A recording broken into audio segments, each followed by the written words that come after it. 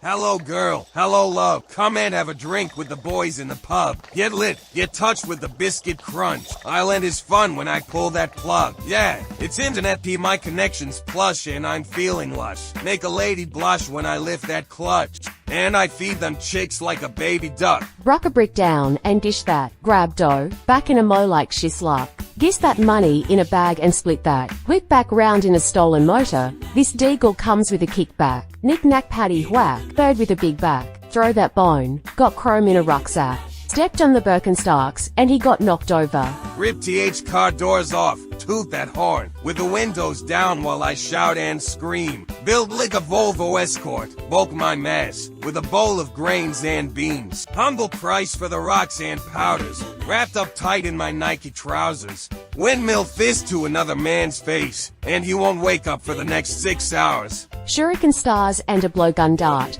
When I find that man, I'ma take his soul. Strike his neck with a lightning bolt. Hop on me mountain bike and go. You don't want a war with PKJ. Get jabbed in the eyes with a viper's blow. Took your wife out for Greg's and vodkas. We made love on the bus ride home. Call on the heart of a raging rhino. It's my time to go. Just bagged the girl that I met on the internet. Quite some time ago. Looking nice, smelling fresh. Dressed to impress in my three-piece, yes. Took his queen like a game of chess. Berry white on the wine. Now time to have sex. Grabbed his face and I pulled his tongue out. Yep, the man was done out. One slice and his gut just hung out. Cleaned my boots, but I can't get the muck out. For fuck's sake. Lit a man's head like a birthday cake. Then he got hung like fishing bait. Used him as a punch bag, hooked to the face. Barry says, ladies do, usual please, make that too. Pop a pill, color blue, took her back, sonic boom. Barry's on a bender, bun down, linger, ice cold like December. Pull up in a Land Rover Defender. Hey girl, do you feel me? So what? You wanna come will me? Look darling, we can go one more time. But you know that it might just kill me. Now, I'm willing to die for Night Ash. Christian girl, Bible bash. I bring the drink. You supply the hash. Don't tell the wife. She having heart attack. One head of the bifter, lifted. Glass of the stout, I'm twisted. Chunks of the Tygod shifted. Splashed on the ice, I'm nussly wristed. Magnum, pint or whiskey hoop. Your girl just kissed me. Old bird said she missed me. Chucked her like a bleeding frisbee. End of the line when I step in the building. Reach for the sky mate, do as you're told. I ain't joking, I will smoke him. What I wouldn't do for a Marlboro Gold. Billy, I'm a magpie. I've always had an eye for the shiny things. Silver chains and golden bangles. Platinum watches, diamond rings. Get your official snooker team tea now at peteandbuzz.com. As you can see, he is Zaz carded. Oh, it's a spooky Halloween something. And look at Mo, who would have thought it exactly? And first up is me and my mate John. At about the time, let me do an introduction. My name's Stamp. Stamp Winterbottom, Withenbottom, Wigglebottom, formerly Stamp Jaworski. Now a night watchman, the Maude Flanders Internet Museum and Database. This is what we're a little something we call the Tales of the Night Watchman. No, we call it the Night Watchman's Spooky Tales. No, we call it Stamp Spooky Terrors or something like that. Anyway, starting tonight, insert spooky music here. The time me and John met Ralph Tonks and the Demon Rat. Ooh, picture the scene. Spooky music plays. A full moon looming over the old Maude Flanders Museum. Title card dripping green letters. Ralph Tonks and the Demon Rat. Shadows cast eerie shapes on the walls. And a golden sphinx. Ooh la la, with Maude Flanders' face in the corner. Former Twitch billionaires me and Stamp John sneak through the main hall, clutching an old yellow map. Boys, that's it, John. The bag of cheese is our only shot at getting back what we lost. That's right, John. You're absolutely correct. That bag of cheese is our only chance at getting back what we lost. Oh, boys, Sam, are you sure this Ralph Tonks guy can help? I hear, he's been living in a cider-induced haze since the 1970s. He's the only one who knows where the bloody bag is, John. We find him, we find the cheese. We're back on top. No more meme stocks, no more disgrace. Just our former Twitch magic glory. Oh my goodness, he's over there. Dark, sinister chuckle. Oh, somebody's stumbling. It's only Ralph Bloody Tongs. Ah, Stampy's claws are all tattered, and he's got a cider bottle, and there's rats all round his feet. You're looking for the cheese, eh? The demons, rats, bags.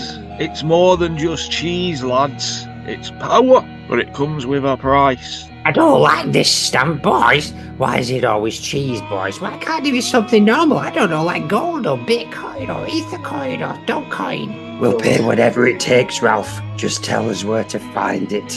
Glug. It's hidden in basement, guarded by something I met back in 7.5. It wasn't just a giant rat, it were a demon. We made a deal, me and demon, but that bag ain't for mortals. Come on then, let's go basement. It's dark and it's filled with flambeau memorabilia. Strange sounds are echoing through the walls. Boys, what was that, Stamp?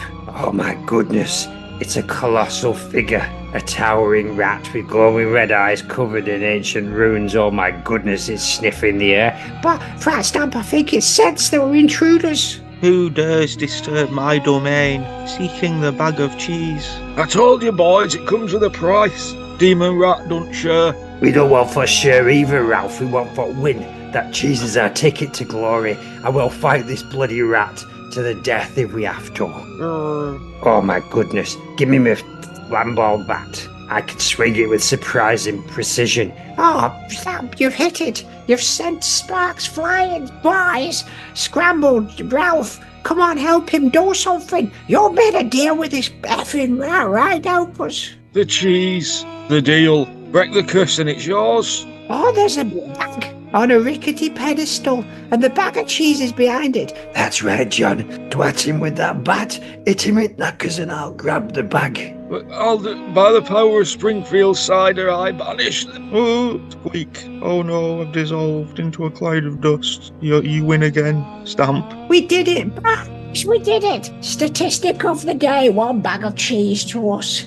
Bag of cheese for rats. 100% success. The fortune is back. The Twitch Magic Kings are back. You broke the curse. But the cheese, it changes things, lads. Be careful what they wish for. Fade to black. Boys, the cheese is pulsing with an ominous hum. I don't like this at all, boys. Oh no, in our quest for glory, we may have bitten off more than we can chew. So, cue exit music. Beware of what lurks between the surface, beneath the surface, for even the simplest things like cheese can come with dark and sinister consequences. Roll credits with the sound of rats scurrying in the darkness. Maude, it's a mighty spooky cast. Insert song here. Exactly, but is it a modcast? Is it just a We're Here cast? We're here, Woof Woof cast. Exactly, it's a bit of everything for Halloween. Halloween Special 3. It is indeed. How about another sketch? Here's another visit to the Night Watchman's tomb. This one has Rod, Jowday, Hobgoblin, Inu11, and Todd Rituardo, aka the Truth Frog. It is the attic of the Maude Flanders Museum. It's cluttered with trinkets and flambeau memorabilia. 2 hobgoblins, Rod, Jowday, Hobgoblin, Inu11, and Todd Rituardo sit at a rickety table. They're playing a board game that looks suspiciously like Risk, but with troll figures and donuts. Rod is slightly taller, with a long, crooked nose, while Todd is shorter with wild hair and goblin-like frog features. Oh, this attic life ain't what we signed up for, Todd. Saving the MFIMDB 5 by FIMDB from Trolls 1. And now what? We're stuck here with dust bunnies and a busted donut machine. Hey, at least we ain't down there with the Truth Frog. That slimy bugger never shuts up. That's me. You ask him anything, and he tells the truth, whether you like it or not. Oh God, Oh, God. I can Oh, smell my- him. What's that thing hopping out? It's the truth frog. Oh, my God. I thought I was the truth frog. What's this? It's grotesque. It's got dripping green skin and warts all over its body. Oh, it was just a mirror. No, it wasn't. It smells like old cabbage left in the sun too long. Smells like shit. I heard me name. Is someone seeking the truth? There he is. The foulest frog this side of Wigan. Can't lie. Can't stop telling it how it is. Hey, Truth Frog, you really think you belong in a museum like this? The museum smells better than you, Todd, Truth Frog. And your socks. How they stink of defeat and bad laundry habits. My socks got no nose. Ah! Go on, get her, Jade. Alright, Truth Frog, if you're so wise, tell us this. How come everyone thinks we're brothers when we're not even related? I think you'll find that's the other Todd Hobgoblin, not this one. But you both stink like hobgoblins and act like goblins, even though one of you's a frog, and you share the same terrible sense of humour. But you do share a secret blood bond thanks to that cursed donut you both ate on St. Kitts. What? I wasn't even there. Never been. What? So we are brothers? Flashback. St. Kitts and Ben Nevis Donut Brotherhood. Rod and Todd in full, the real Todd, the hobgoblin, not Truth Frog, in full battle armour. Donuts shields in hand as they munch on glazed donuts during a victory feast after fending off a troll invasion. As they bite on one particular donut, a strange glow surrounds them. Does this donut I'm eating taste funny to you? No, just extra sugary. End of flashback. Back to present. Maude Flanders Museum attic. So that's why we're stuck together. It's the cursed donut. Thank God we had a flashback of me eating a donut, so it made complete sense. It made us family. But that explains a lot. It could be worse, right? At least we're not trolls, and technically I'm not even a hobgoblin. Ha ha ha. It could be worse. Like how Soichi, who won one hobgoblin, is still waiting for you to pick her up at the Groblin Groomers. I beg your pardon. Properly. Oh, goblin guts. I forgot about that, even though she's your wife, Todd, not mine. She's not my wife. You're my wife now. Looks like we got bigger cursed. Can't say that anymore. Looks like we got bigger problems than cursed donuts. As the Truth Frog hops away, leaving a trail of slime on Todd's side. The camera zooms in on the half-eaten glowing donut still sitting on the table. Oh, it's back. Cursed or not, we're stuck together. Might as well enjoy it. Ha ha ha. Let's roll for who picks up the dog. Your wife. Thank you. A horrible thing to say. She's not my wife. I've never met her. Oh, you're my wife now. She's not my wife. She's the other Todd, the real Todd's. We don't even know who he is. This sketch makes less sense than ever. As the two hobgoblins laugh, you can barely tell the difference between me, Shaggy, Scooby-Doo. The two hobgoblins laugh as the attic fills with eerie light from the glowing donut and the spooky music swells. The Truth Frog's croak echoes faintly in the distance. The end of the second of the Night Watchman's spooky tales. Beautiful. Oh, that was good, wasn't it? 2 sketches already. Not even We're a plowing sniff through of it. content. There is no content today. The content is self-made. And without further ado, why don't we pick up with part 1 of the sponsor race grand finale? I'll tell you when to stop. Hooray! Welcome to the final finished last ever Modcast official sponsor race all stars, all winners parentheses probably. I am your host, always and forever, Gradually Poncho. Leld could not join me tonight, just kidding, she's here, isn't that right, Leld? That's right, Graga, I'm here. Fantastic news. By the jumpin', I love you me. Love you to gradually. I proper fucking love you, Leld. Alright, steady on Gragos. Are you pissed? Yes, Jesus Christ? tonight is a celebration, and I will throat punt anyone who stands in the way of that. So, without further ado, gradually, I'll hand you over to my gradually wife, Lil Poncho. Okay, first up we are fixing to reintroduce some old familiar sponsors of days gone by. And these queens didn't get as much time in the spotlight as their fellow competitors. So, mostly out of pity, but also 'cause it's just nice, let's welcome back all the official grandmas of each sponsor race season. Coming to you from the legendary Flamingo, Las Vegas, the home of RuPaul's Drag Race Live, it's the grand finale of the Modcast official sponsor race.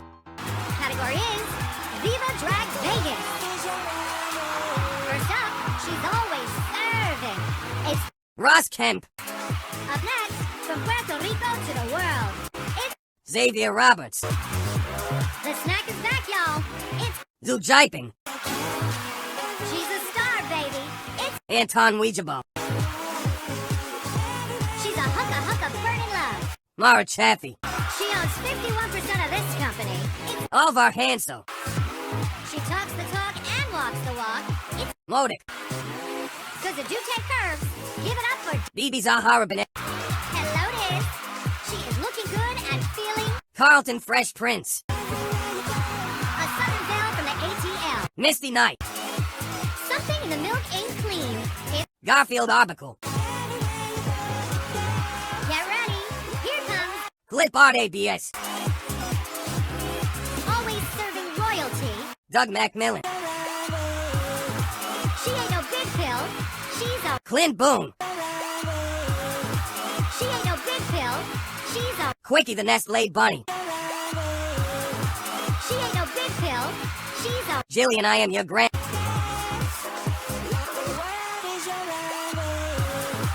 she ain't no big pill. She's a Teddy Sheringham.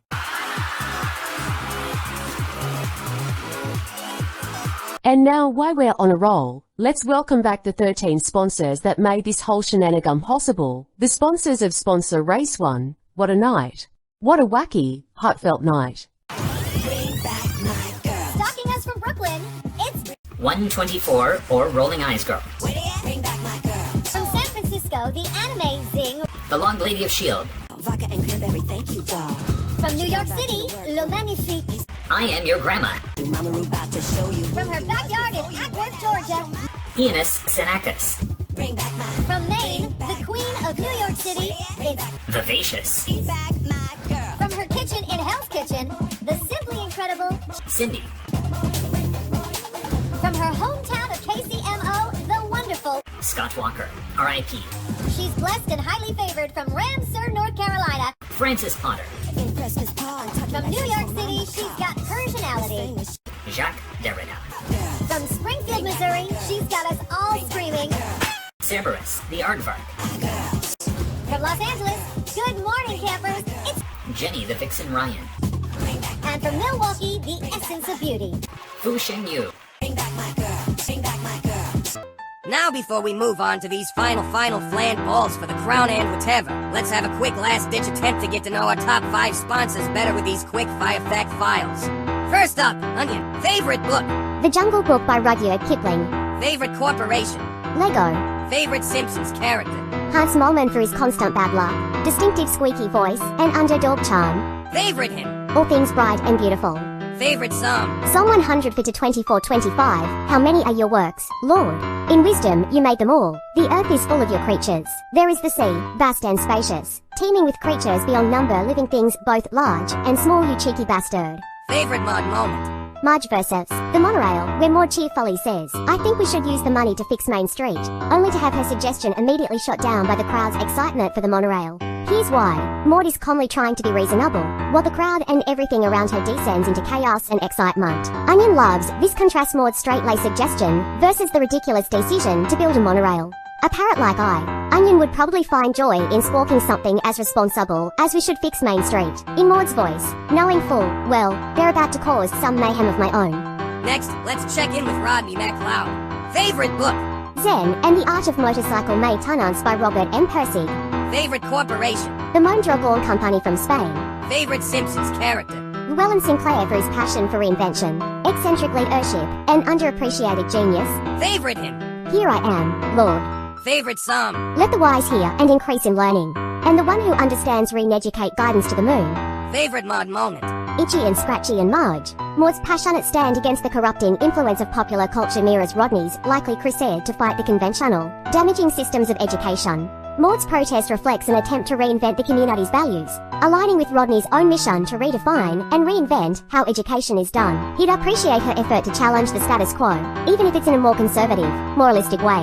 How about a slice of JVP? Favorite book. The Strange Case of Dr. Jekyll and Mr. Hyde by Robert Louis Stevenson. Favorite corporation. Walter Dibney's. Favorite Simpsons character. Squeaky voice teen for his eerie, unsettling charm, underrepresented voice, and comic relief. Favorite hymn. Abide with me. Favorite song? Psalm 23 to 4. Even though I walk through the darkest valley, I will fear no evil. For you are with me, your rod and your staff. They comfort me, and your Todd, and your Ned. Do you know where your wind chimes are? Favorite Maude moment? The Simpsons Treehouse of Horror V when Maude participates in the spooky The Shinning parody, where she famously says, "We want to get the kids off the street, and into some good old-fashioned terror." In this scene, Maude takes an active role in the community's spooky events, showing her commitment to bringing people together for a fun, albeit creepy experience. Vernon would admire her ability to create a sense of camaraderie, even in the face of supernatural chaos. That never happened. I told you gradually he's never watched the Bastard program. Oh well, we're too far in now. Let's go have a word with the happy lad. Favorite book? The Alchemist by Paulo Coelho. Favorite corporation? Unilever. Favorite Simpsons character? Carl Carlson for his everyman up here. Loyalty and camaraderie. And understood humour. Favorite? We are the church.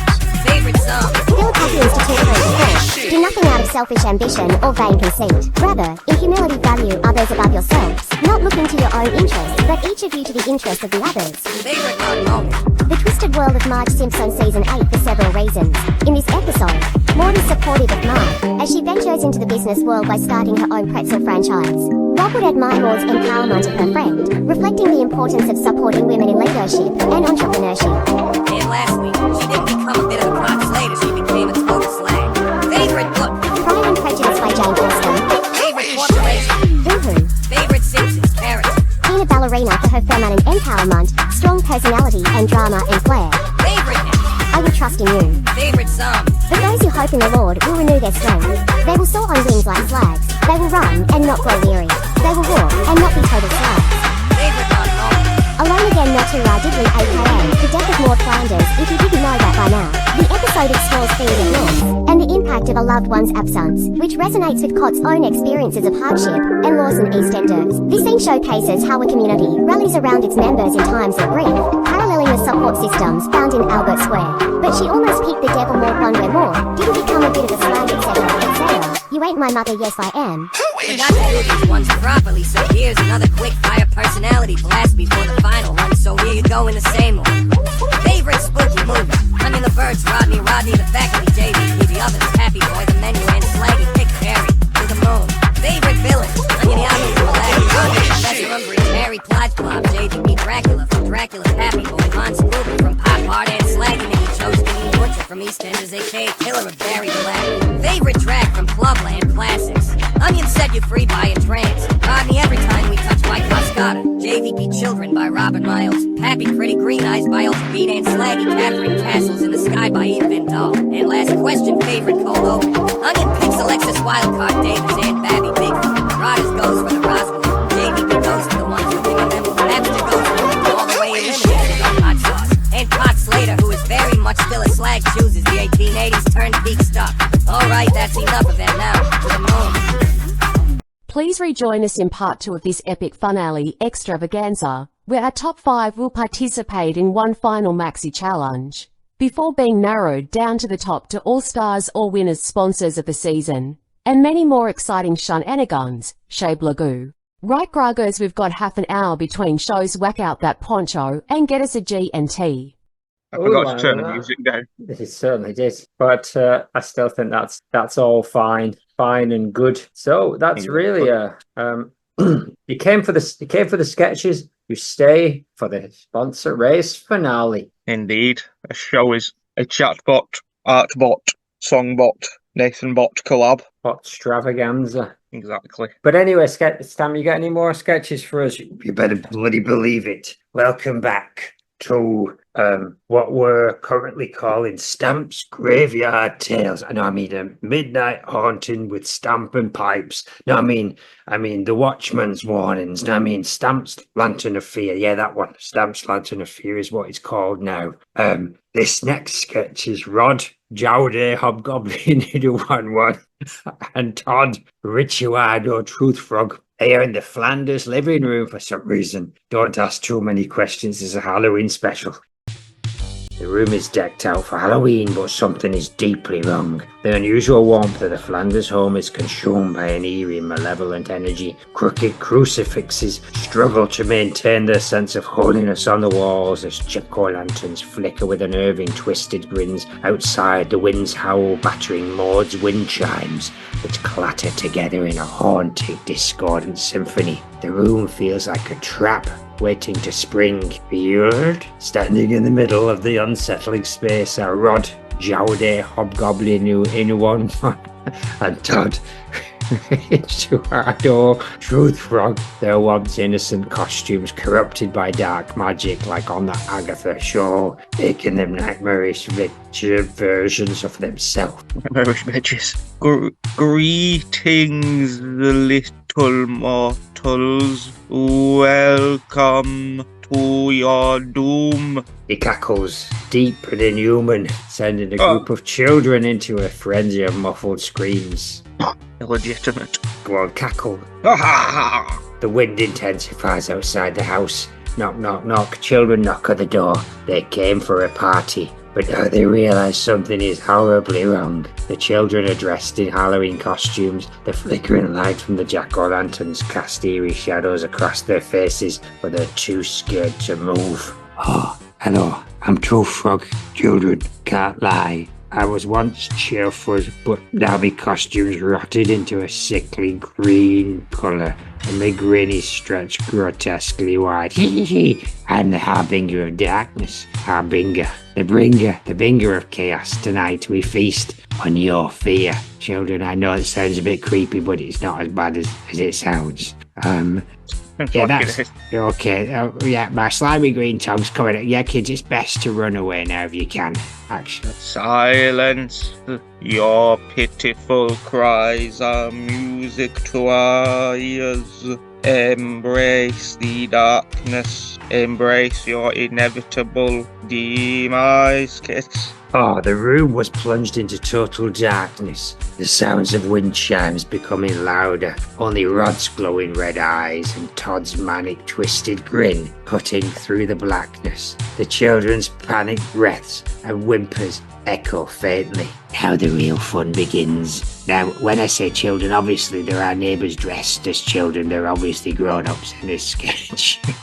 Come in, neighbours. The real fun begins. Let the games commence. Suddenly, emerging from the shadows, Truth Frog, its rotting, slimy form oozing onto the floor, eyes bulging, a mouth dripping with noxious green slime. The neighbours scream in terror. No games, only truth. And the truth is, you're never leaving. The children freeze, the neighbours freeze in place, but their terror is complete. The wind outside howls louder as Truth Frog hops towards, with its bulbous eyes locked on its prey. Oh, it's me. Did you hear that, Todd? No one can escape the Truth Frog, not when it's the season of fear of the wind. Suddenly, a fierce gust slams into the house, causing the wind chimes to erupt in a maddening clatter.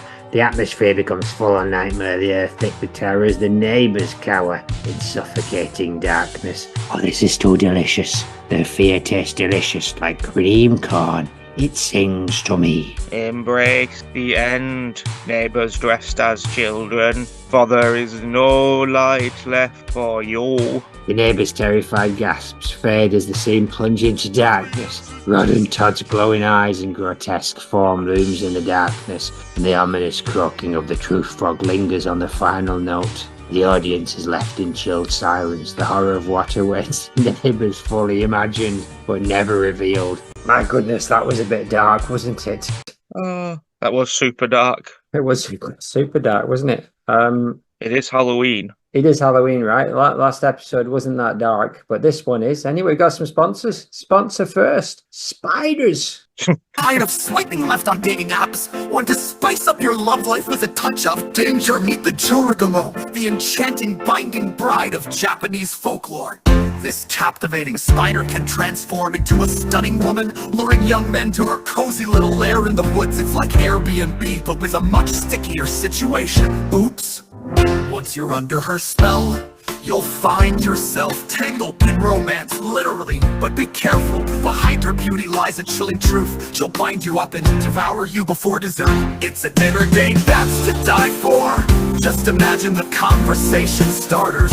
So how'd you end up in her web? Ready for an unforgettable adventure where love meets the macabre? Seek out the Joragumo, but remember, it's all fun and games until someone gets webbed. The Joragumo, where beauty, horror, and a dash of hilarity intertwine.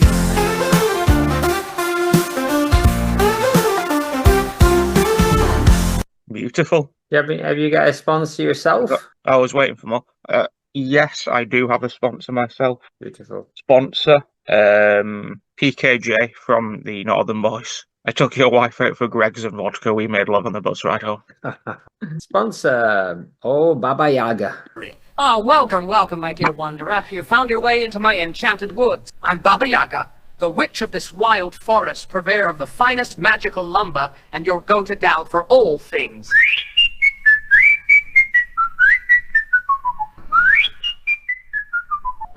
You see this old hut on chicken legs? Not just a quirky abode. No, she's also my mobile wood chip factory. Need some enchanted shavings for your cauldron? Or maybe some cursed wood chips to keep the pesky spirits at bay? I got everything you need right here. And speaking of company, let me introduce you to my delightful familiars. Meet my trusty owls, Hooty and Screech. They keep an eye on things while I work my magic.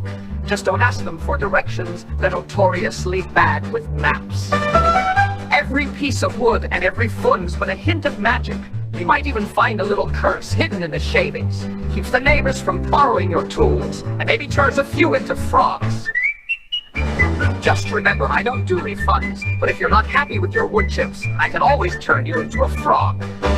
So if you're ready for the best enchanted wood chips in all the land, and a touch of wild witchery, come visit Baba Yaga's Woodworks.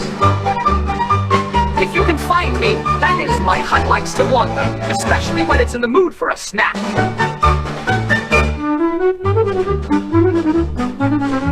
Hot clucking.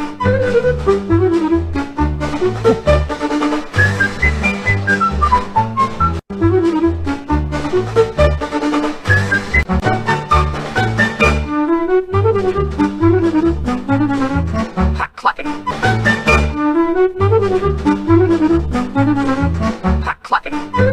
Clucking indeed, Rob Pappy Boy Nando's. So yeah, exactly. Sponsor, Rob Pappy Boy Nando's, one of the finalists, someone who emerged as a sponsor on his own right, as he was until Sponsor Race. The sponsor was simply Nando's, and then in Sponsor Race 4, I believe, was a corporation owner's special. Then he beat out Karen Wood of Poundland to the crowd of Pound Bakery. I think do you know about his brother Tob Nando's? Tob Paps. You don't know about them? So Tob has a restaurant next door to Rob Pappy Boy Nando's, and his is called Nambo's, which is the original family name. The actual name is Tob Nambo's, and he there's an upcoming series about them, I believe. Rod and Tob Pappy Boy Nando's. Rob Pappy Boy, Tob Pappy Boy. But watch this space now. Now it's time for another sketch from the TV show that we are calling Ghost Stories from the Night Shift. No, I mean Stamp Eerie Encounters. No. Night Terrors with Stamp. Yeah, that's what it's called now. This one's about Maureen and Octagon, the spooky seance. The Maude Flanders Internet Museum. John Pope 17's in it as well. And Betsy the Black Boat and an imp. Maureen and Octagon sit at the seance table, faces dimly lit by candlelight. The group of museum visitors gathers nervously. Whispers fill the room as wind chimes clatter in the distance. I still don't know about this, Octagon. I trust tech, not whatever this is. I won't do the voice. I'm gonna stay silent, my eerie gaze fixed on you. This is going on inside my mind. I'm Octagon Derrida. Why, oh look, JP-17's transceiver is crackled to life. This can't be good. This seance opens up a paradox box. Watch the candles, John. Watch the candles, though you're sipping on an energy drink. And my quantum circuits are vibrating with awareness. I'm going to speak through your earpiece, I beg your pardon. Watch the candles, John. Something's off with the flicker rates. Quantum destabilization is coming. What's that? I was going to say, everybody be quiet, we are doing a seance. Breaking the fourth wall. Maureen takes a deep breath and places her hands on the table, candles flickering erotically. The uneasy tension escalates as she calls out, Maude, are you there? The candles flicker violently and the room plunges into darkness. JP-17's hands hover over his transceiver, ready for action. Who seeks Maude? Who? My goodness, the candles are reignited and this is still in my head. I'm calm as ever. I'm blinking Octagon. My hands are glowing faintly. Oh, John P-17's transceiver's crackling again. Excuse me. Maureen, love, you've got a ripple in timeline. Something's trying to push through. We need your guidance, Maude. Please, we need help. The voice laughs. There's a cold echoing sound as Betsy's sensors beep frantically, picking up anomalous data, and the visitors huddle together trembling. Help? You are beyond help, cheeky bastard. A sudden cold gust sweeps the room, snuffing candles out. Shrieks echo as John P-17's furiously tapping his transceiver. Incoming, we're crossing into a quantum event. My eyes are glowing. My hands are light with intense otherworldly energy. This is all still in my head. I'm Octagon Derrida. I'm letting out a high-pitched wail. Away! What year is this? Resonating through the dimensions, breaking into an eerie laugh of my voice. Bite me. I'm Betsy's calculator or some shit. Oh, this is getting interesting. John Pope switches on his ear transceiver. His glands are glowing as he taps into a future vision of the seance. His voice is sharp. Lock onto the disturbance. We're shutting this shit down before it rewrites reality. And Betsy's crackling to life. Her quantum system's whirring. I'm still Octagon Derrida. This is still inside my head. Octagon's cry builds intently. It's a bit like Joker Man 2. The unseen force behind Maude's voice retreats. No match for the strange power emanating from Octagon. Foolish mortals. The candles reignite once more, and the wind dies down. The museum visitors remain frozen in fear, while JP-17 exhales slowly. If you can't hack it, I can. I'm lowering my glowing hand. The seance is over, I'm Octagon Derrida, but the air remains charged, and the lingering uneases.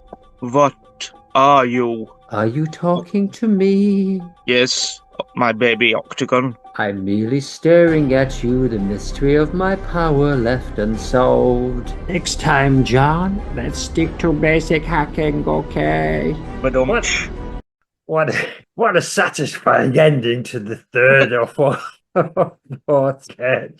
Brilliant. Absolutely brilliant. But now let's not stop the magic from ramping up. And now it's time for another sketch from Night Terrors with Stamp. I mean the Watchman's whispered horror.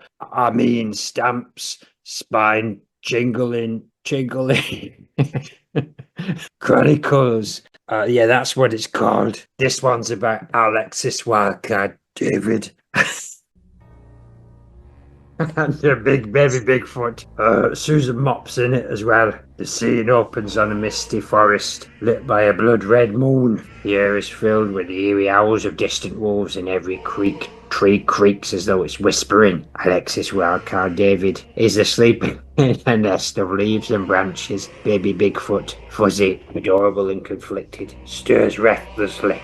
The camera zooms in on baby Bigfoot, fast asleep. Before I met Alexis, my world was the forest, the mountains, my home. where the trees whispered comfort, and my mother, my sweet fretting mother, was always near. The flashback sequence begins bathed in golden glow, showing baby Bigfoot in dense, tranquil mountains and his mother, a towering, majestic Bigfoot, lovingly teaching him how to find berries and playfully swats him with a tree branch. Oh, she was always there, grooming me in a nice way though, laughing with me, protecting me from every danger. I thought those moments would last forever. Flashback is interrupted by a distant, ghostly hum. Baby Bigfoot's eyes snap open, the sound of his mother's song drifting closer. Oh, my heart's aching, but now there's Alexis Wildcard David. She's different from my mother. No fur, no gentle howls, but a warmth, a kindness. It's like I found another family.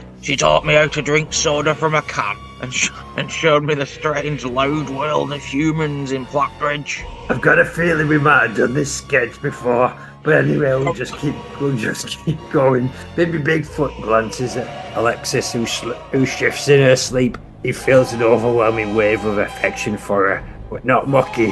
He knows his mother would never approve of this human world. My mother, she must be out there still searching for me. I think we met her in last cold open. She'd This be is worried. Halloween, don't break fourth wall. This is Halloween, all bets are off. It's a flashback, pacing the mountains, howling my name. But how can I leave Alexis? She's my new pack now, isn't she? Can I really go back, Russell? Sudden rustle What is with trinkets. The air grows cold, someone's watching us. What is that smell? From the That was- forest, a familiar... Go on. I was just reacting. It's Susan Mop. Her form flickers in and out of existence like an ethereal projection, and her eyes glow with a sinister light, and her lips curl in a cruel smirk. Oh, acting is mostly reacting. Alexis? Oh, Alexis. It's me, Susan Mop. Did you really think you could escape me? Death doesn't mean I'm done playing games with you. Reacting. Alexis leaps to her feet, instinctively grabbing a nearby branch for defense. BB clings to her leg, trembling but trying to be brave. Oh, come on, Susan, I buried you twice. Can't you just stay dead for once? Susan Mop's ghost lets out a loud, eerie laugh, stepping closer. Dead or alive, Alexis, I always win, Pete Burns, and I'm taking what's mine. Starting with that little freak at your side. What? Ow! Baby Bigfoot's fur stands on end. He feels a protective surge of energy as Susan advances, her form growing larger and more menacing like what Maude did. The distant melody of his mother's song grows louder in his ears, giving him strength. God give me strength with this stuff. I have to protect Alexis. I may be small, but I won't let anyone hurt her. Without warning, reaction time. Without warning, Baby Bigfoot charges forward, his tiny fist glowing with an otherworldly energy passed down through his mystical, as yet unmentioned lineage. Susan Mop shrieks as the little creature barrels into her ghostly form, sending her flickering like a broken TV signal. Won't we tackle the ghost? You can't keep me away, Alexis. I'll be back. With a final burst of light, Susan's ghost dissipates. Baby Bigfoot, panting and shaking, collapses into Alexis's arms. That's my brave little buddy. You might be from the mountains, but you're a fighter. Those two things are not really connected. Lots of people from mountains are good at fighting. That's actually one of the stereotypes. I would agree. Baby Bigfoot nestles into Alexis, but not in a mucky way. His heart swelling with pride and love, he glances up at the forest, hearing his mother's song drift into the distance, leaving him with one thought. I'll always miss her, but I belong here now, with Alexis. I forgot to take Power Rangers.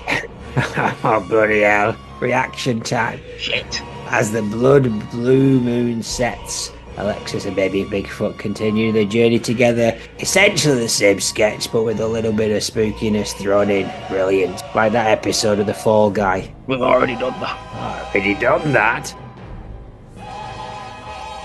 All right. So, that's brilliant. So, what are we doing well here? Halloween. Brilliant. That's so far. Stamp, did you write them? No, got 'em off AI. All right. Brilliant. If you're honest. Did you edit them a bit? No, just the as is.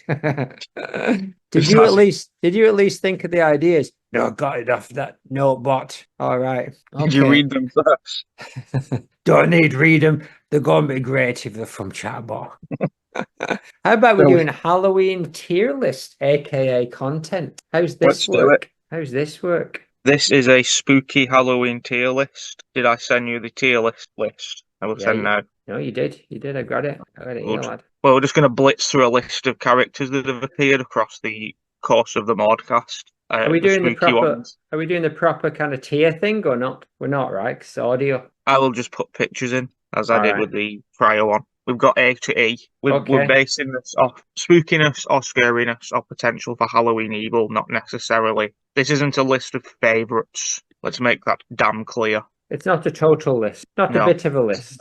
A being the scariest ever capable of out. B being super scary. C being a bit scary. D being mild. And E being not remotely scary at all and actually quite a lovely person. Brilliant. Let's start first with Doppelzaz, the evil doppelganger of Zaz. I would put Doppelzaz in C, a bit scary, because he has abilities that we have not yet seen and he seems to hate us. A So bit scary. He's he's not really done very much. He's not been very effective as a scary character, to be honest, right? no, he's not scared us particularly, but he has the scary lodge voice and his intentions are scary, so he's a bit scary. I agree. Potential for scaredness. Lilith Goodman. What do you think? I think if we count them both as the same character, the Lilith from that stole Jock is super scary. But in the end, she was easy to defeat, wasn't she? She just kind of gave up and said, like, I'm not a bad lass. So yeah, maybe mild, to be honest. Yeah, visually very scary, initially very scary, but it turned out she actually just really enjoys child minding. So we could actually put her in D or E, I'm going to realistically. put her in D because I think she could have done some bad stuff, but for some reason she decided not to. Yeah, she presented in mild threat. Mild threat. How about the ghost of Jock Derrida?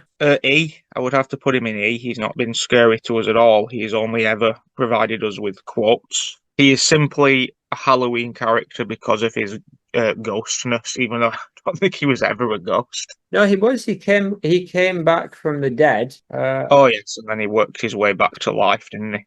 I don't know if that means he's a ghost. It's hard to say. Maude's ghost. Is this the ghost of Maude Flanders from the TV show? I believe so, yes.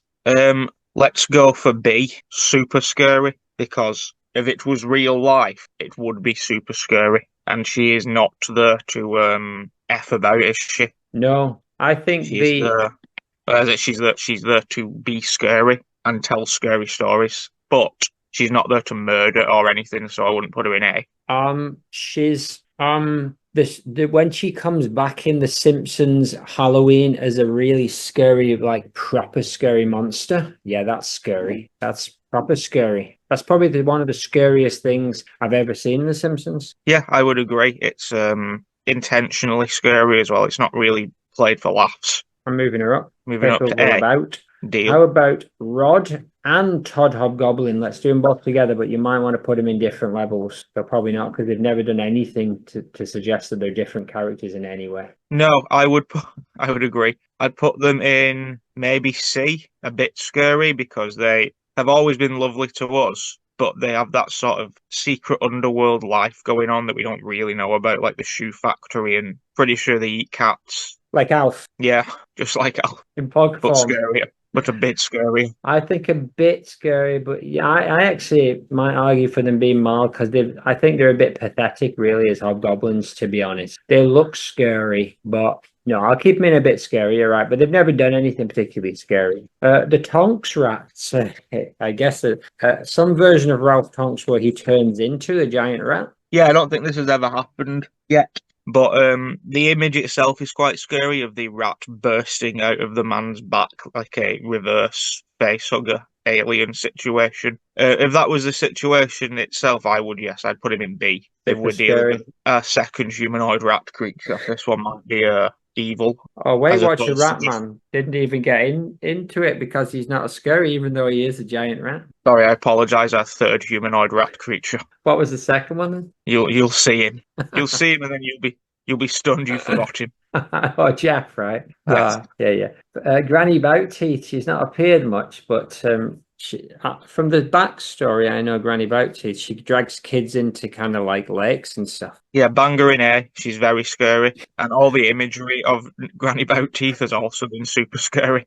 She is. If we've got a child droner in the tier list, she's going to have to go in A, I think. Oh, good And lord. also, Yeah. she lives in hell as well. No, she So got out somehow. Like he let her go at the end of the season. So, and I think that was a mistake that scary. we'll come to regret. Probably scarier, if Yeah. anything. So that's the thing, right? If the devil was messing with you, he'd let the worst ones out. Exactly, Black Phillip. Exactly. Headless John. Headless John's not scary at all, other than the fact he has no head. Exactly. He's got to go in E, hasn't he? He's always been. Not only is he our headless uncle, he's never been anything but lovely and polite and kind. It's not his fault he is now headless. Boys. Or bodiless, considering we only really see his head, would be more accurate. So I like the fact that he's dressed as the Fonz in this image. Yes, he is indeed.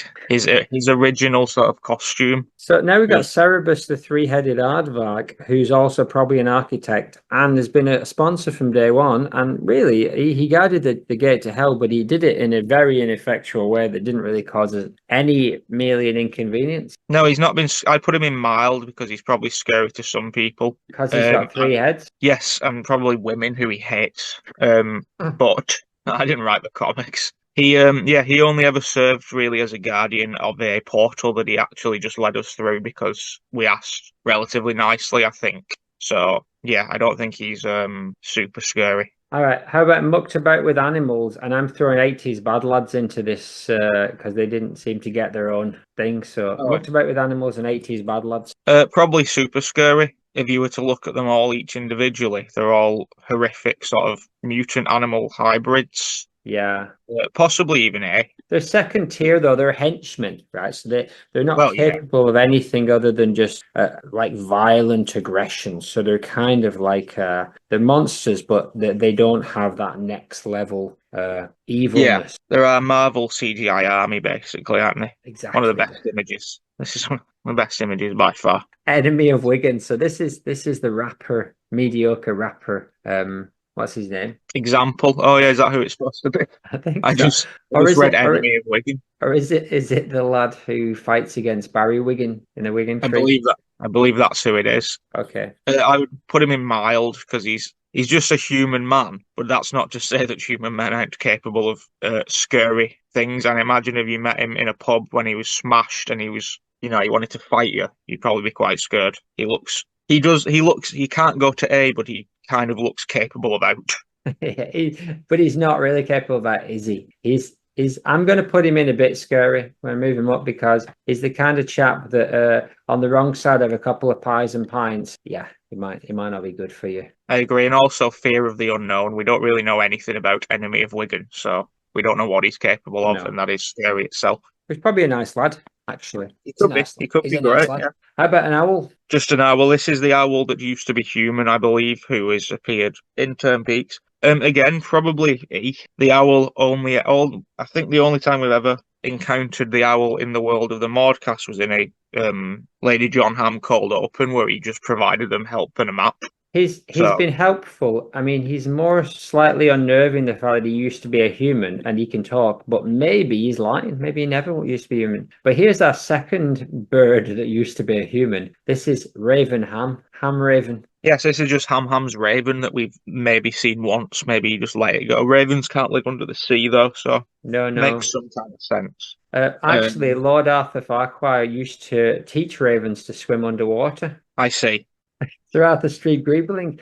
So Raven, he used to be, I think he's malevolent. I'm putting him as actually a bit scary because I think, even though we've not seen anything of him, I think knowing that he, A, is Ham Jr.'s Raven and B, used to be a human, I think he's capable of some stuff, but I just don't know what yet. I would agree. He's similar to Enemy of Wigan in that we don't know enough about him to say that he's mild or not scary, but we don't know what he is capable of to put him any higher. But he looks a bit scary. He's taken on Ham's visage. I'm interested in hearing more about Raven Ham. How about Mary Lloyd? We're into a bit of a sponsor special for the next couple. I'd put it's it's a tricky one because the Murray Lloyd has always been pleasant on this end. It's In many not ways. actually exactly not done anything spooky throughout its entire run, other than being spooky in itself. So I'll probably C. I would actually argue for even more. I think actually Mary Lloyd's probably quite lovely. I've seen no suggestion of anything. I might argue that she's in D or even E. Yes, let's go for D because of appearance, but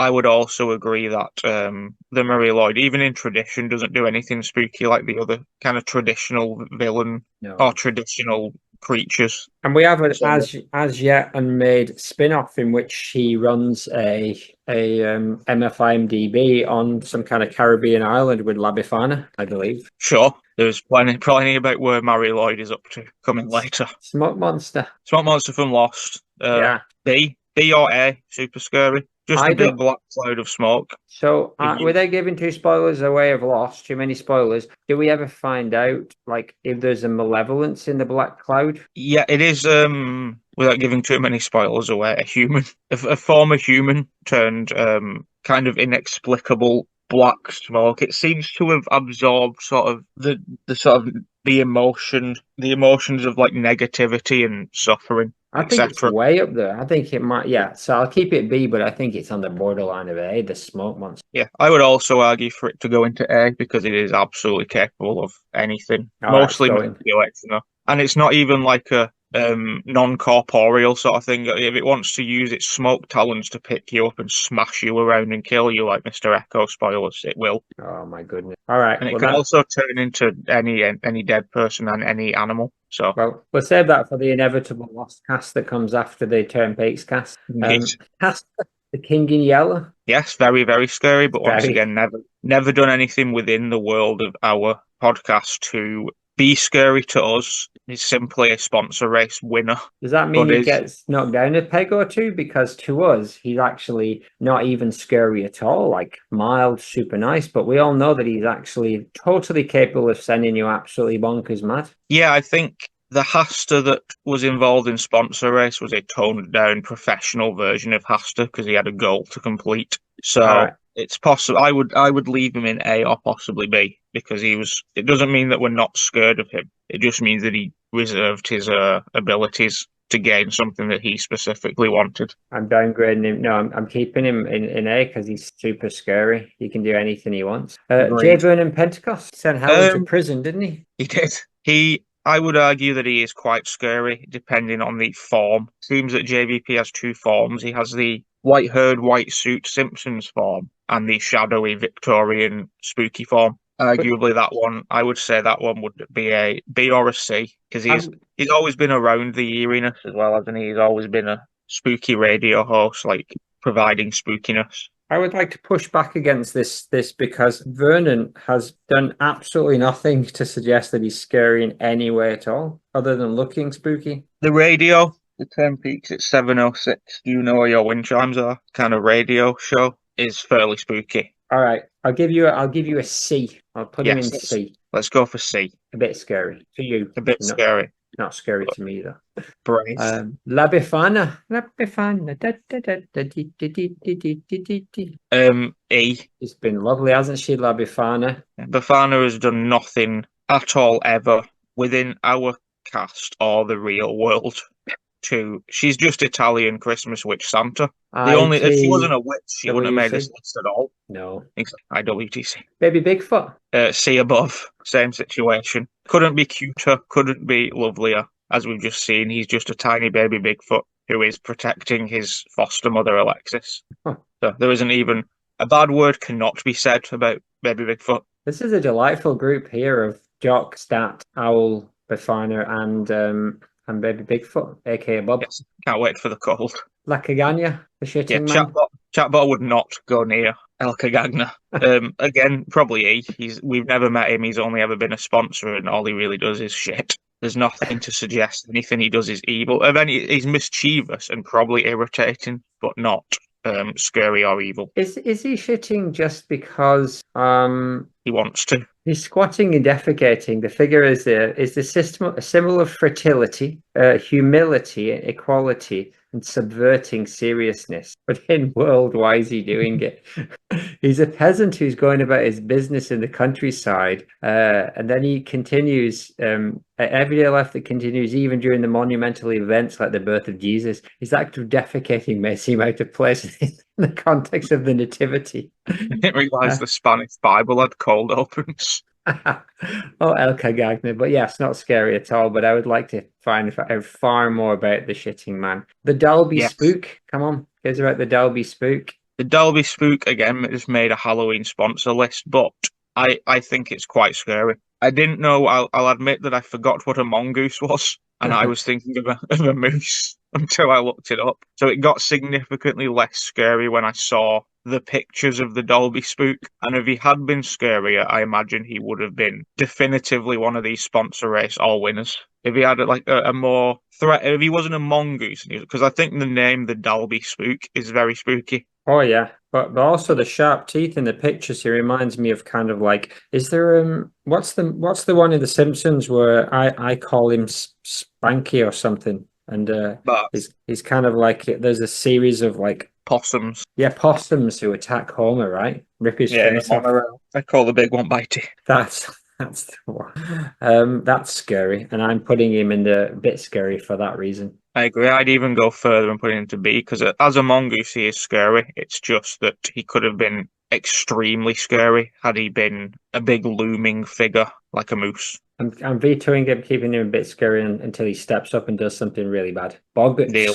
Let's do three together. We've got Boggarts, Wendigo, and La Chupacabra. Yes, again, 3 Halloween sponsors. All scary in the real world, all not particularly scary in the Maudecast. They've not done anything other than provide us with financial investment for Halloween episodes, so it would be rude to call them anything but mild. Boggarts, yeah. But The Wendigo, I can't, even in its niceness, I can't put him lower than a C, because he's the proper scary, the Wendigo. Regardless. Yeah, the Wendigo looks how the mongoose spook should look, but then there would just be 2 of them. 2 Wendigos. And La Chupacabra, he's actually scary, but see, Boggarts are kind of a bit mischievous, whereas the Wendigo and the Chupacabra are actively, they're proper bad. Exactly. A cup of chabra, please. La Chupachups. I would always think of Chupacups. Imagine La Chupacups Cabra. But the Chupacabra. Yes. He's Chupacabra. I agree that he is a C along with Wendigo. That they're just scary, but they've never been scary to us. They're just real world scary. Real world scary, that's right. Do you want to split the list in half, or do you want to just do the whole list? Let's get a sketch. Let's get Stamp back in. And or a sponsor race. Let's do a sketch, then a sponsor race. Deal. No deal. Stamp, you still there? Yeah, sorry, lad. Look who it is. Having 40 winks. So let me do the next sketch, which is Stamp's Twilight Terrors. I mean, the Night Watchman's Dark Vigil. I mean, Shadows Beneath Stamp's Lamp. Yeah, that's what it's called. Shadows Beneath Stamp's Lamp. This one's about Granny Bowteeth, it's called. All aboard the rusty nightcap buzz. The scene opens on a moonless night.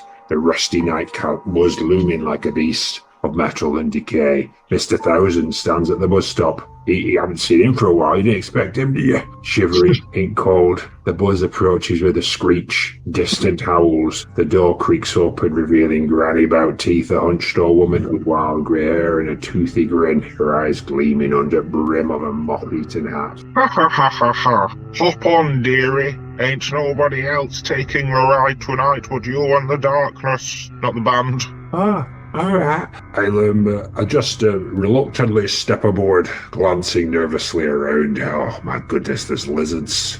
The faint outlines of ghostly figures hovering in the air. The buzz is growing to life. I'm plunging into the looming darkness. Who am I talking to? Oh, I'm talking to myself. I'm going mad already. Oh, Mrs. Bowteeth, how long till we reach the hospital? How do you know my name? It's written on your badge. Oh, sorry. Sooner than you think, or maybe later, depending on how many, like ringing Blue Star, depending on how many souls we collect on the way. The wind howls outside, and the windows rattle as shadowy figures claw at the glass. The ghosts of the night peer inside, their faces pressed against the glass. Scene 2. the hospital of death. The buzz arrives at a decrepit hospital. The doors open with a hiss. Granny about teeth ushers Mr. Thousands inside. Well, we've arrived at a hospital, and it looks like it's a labyrinth of cold metal beds, flickering lights, and a steady hum of life support machines. So just another day in Wooden. Haha. Dead bodies lie forgotten in the hallways with lizards crawling across their faces. What is it with the lizards? I don't feel too well here, Granny. Something feels very, very wrong. You're feeling death, love. It's almost time. Oh, is this one of those things where I'm dead all along? Lost. Is it that predictable? It's 7:60 and you know where your wind chimes are. That's when the soul departs. You won't be late, will you?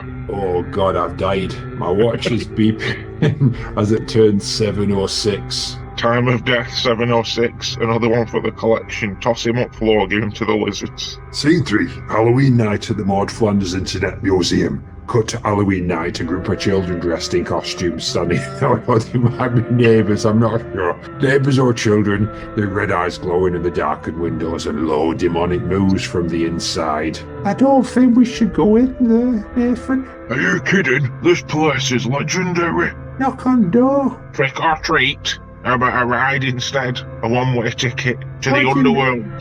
Get in it. What do you mean, Granny Bowteeth? You're sat in a rusty nightcap bus parked in the middle of the museum and grinning wider than ever. A ride virtual. Stack right up, kiddies or neighbours. The dead don't bite unless they feel like it. On, get on. Alright, I'm on. Stop whinging, you old bag. I'm giving you I'm doing a bad thing while you're doing movies so you don't feel as bad when I get my head chopped off. I'll show you back of my hand. I've You seen little it. slag. Oh, you're all over it. I want to get off. Let us off. Scene 4, the haunted journey. The children or neighbours hesitantly board the nightcap bus. The moment they sit down, the bus lurches forward into the darkness. As they travel, the museum's haunted exhibits, possessed paintings blink, taxidermied animals infused with demon cow spirits and artifacts whisper, I want to get off, let us off. Let us off. No stops here, kiddos or neighbours. The only way out is through. Off we go. Through what? Through this misty graveyard as You it didn't stops finish. screaming. You didn't finish your sentence, Granny. Sorry, I'm trying. Inside this. There's loads here. Can't tell what you're saying with no teeth in. Where's your Well, teeth? About 'em. As the children scream in terror, shut up. Shadows loom tall and spectral hands reach up from graves clawing at our wheels. Oh, the dead rise, the dead they moan, but Granny's buzz keeps rolling on. Give up to your granny to watch the bugger go. Thunder cracks. Suddenly the bus halts in front of an open grave. The doors swing open. End the line, get out. Off you go. Now let's get out. Let's scramble out. The grave's yawning before us, but instead of falling in, we found ourselves back in front of the museum, all safe.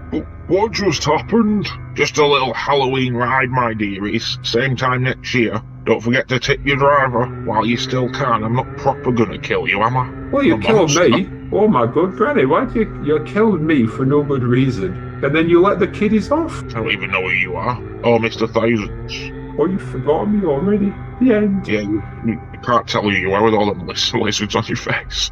The bus vanishes into the night, leaving behind only the faint sound of cackling. And what? Gacking? Like a gagna by the side of the road. Lady curling one out, and then having a good look at it, and telling everyone to look at it, and taking pictures of it and putting it on Instagram and getting banned. And he wrote back and he tried to say it's not proper shite, it's just fake shite, and Instagram still banned him. That's the end of that Halloween sketch.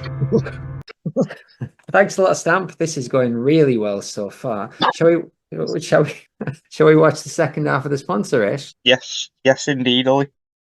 Welcome back to the Mod, whatever sponsor thing, good grief, I'm steaming. Anyway, let's get our 5 bloody all-stars back out in their biggest finale glam. Please welcome our top 5 sponsors of the season. The girl can't help it. It's Onion, you'll never go back once you go. Robert Pappy Boy Paps, There's nothing like a dame. Give it up for J. Vernon Pentecost, we found her. It's Catherine Slater Total Slag, hola mis amores. It's Rodney Reinventing Education MacLeod, Before we can crown the winner of all winners, it is only correct we welcome back the other 5 superior sponsors who competed all season long, and also the 4 stupendously spectacular sponsors who also won their respective seasons. Bring back our groggolies. I mean girls, I mean sponsors. That was too many words, thank fuck this is the last one. A queen for all seasons. The Murray Lloyd. The apocalyptic. Viva Viva La Bafana. Drag race royalty. Space Captain Rex Woofington. Ew, look who's here. It's Growlith, Almighty Camp Ice Dragon. London, Paris. Reformed Ross Kemp Gang member Desiree. Next up, may I call you Jiggly? The Smoke Monster from Lost. Category is cheesecake. It's Dr. Hugh Laurie House. serving you fish. It's The Aston and Makerfield Jiu-Jitsu Academy. large and in charge. Chunky but funky. Hasta the King in Yellow. And the unstoppable. This bouncer, who we can now reveal is called Franklin Stevenson. We done gone brought back our girl sisses. Now it's time for final maxi challenge off its season. Behind the scenes, our musical maestro Serendipity Poncho has prepared 5 little ditties for the 5 of you. And you know this because you've been prepping a routine for your little ditty for a week now. I'm just keeping thoughtians in floop. So, crack on with it, lads. We've not gradually all Poncho. There's a planet named Anya, cheeky bastard, he'd say. Bold and brave with attitude, never want to obey. His favorite line, oh so loud I wears my state by. He's the king of all chants and no words need apply. Look, he come here, Onion would screech, let's get that tea up within his beak's reach, laughing and crying bends in his naughty way.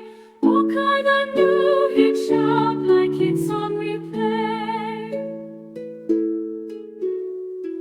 Onion perched up high, his colorful doorway made, spitting out phrases never bland, always in air.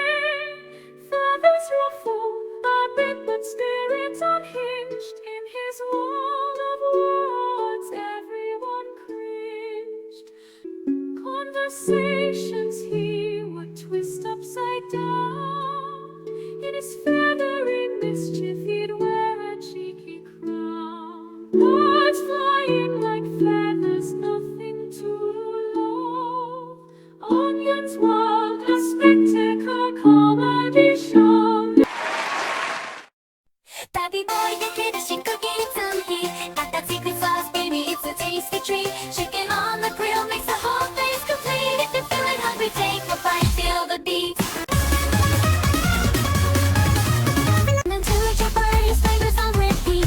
Everywhere you go, there's feeling you can't beat. Wrestling, the king of the street. People line up just to get a single seat.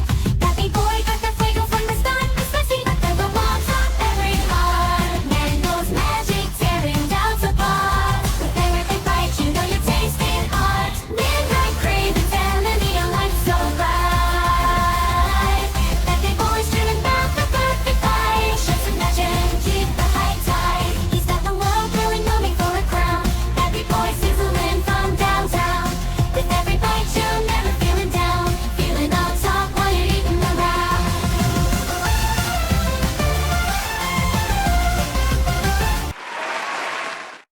In the broken mattress is the holes. They burn and creak where shadows crawl.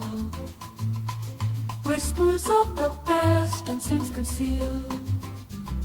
Golden lights await your fate revealed.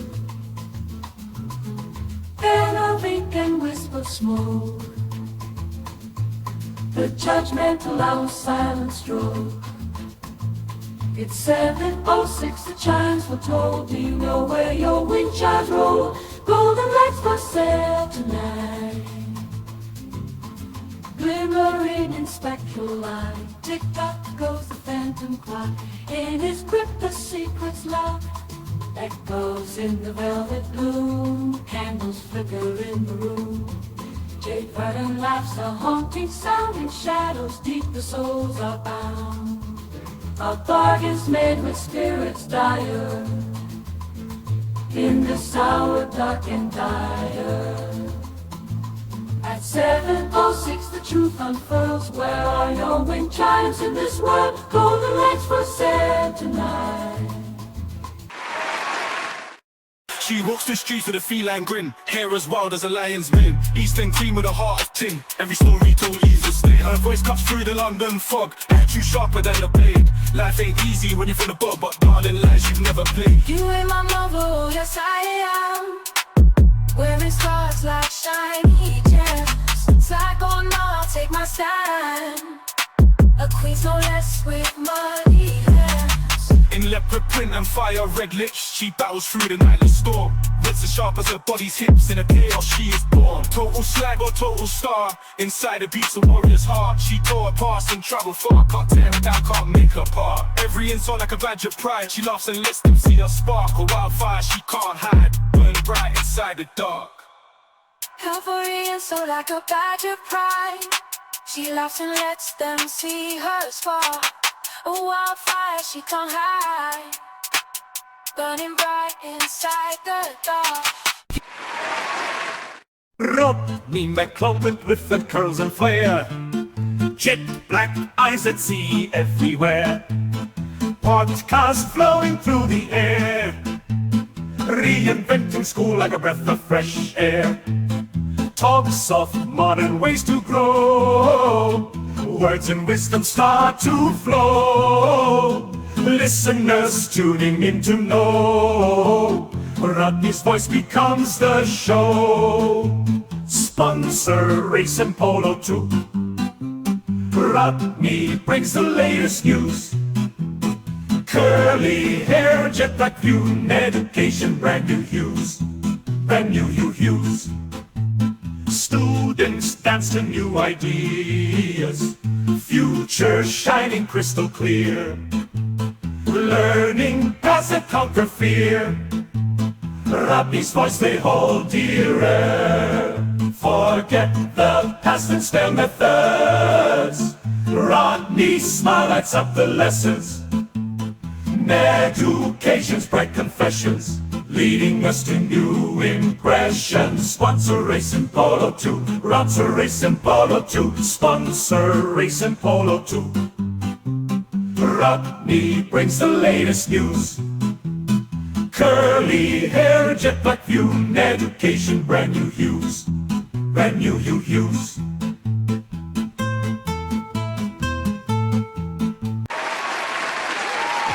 All right, settle down. But also by the jumping, that was fantastic. What a show, but what must be done, must be done. Bye, Leld. Go ahead, Leld. This is your moment. Oh, gradually, you fucker. You're lucky I'm 9 special brews in, so I don't give a shit about feelings, but in the morning I'm going to feel like a rider racehole for this. But it has come to that time. Final 5 sponsors. We have made our decision. The top 2 sponsors of the season, moving on to the final flanball are...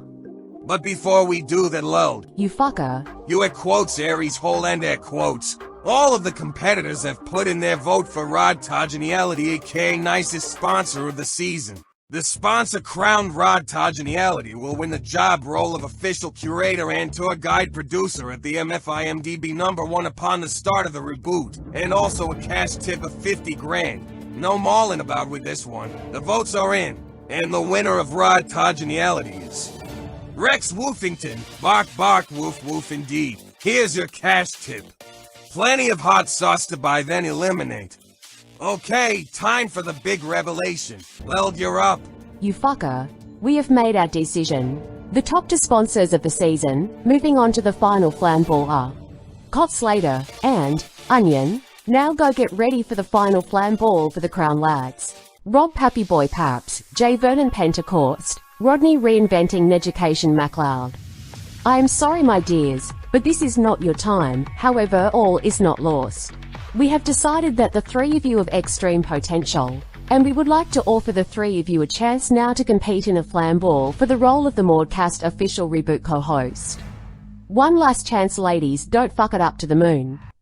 Tim started this wild race, seeking fame and makeup's grace, but some dreams had to fade. 5 left the game he played. Henriette and Ghost and Pride, by the father on a boom ride. Rex Wolferton with his box so loud. Holy flights, dragon camping proud. Disarray truly won the crowd. Rock, pass, your chickens grin. God was mine. And you heard the boss with choir say.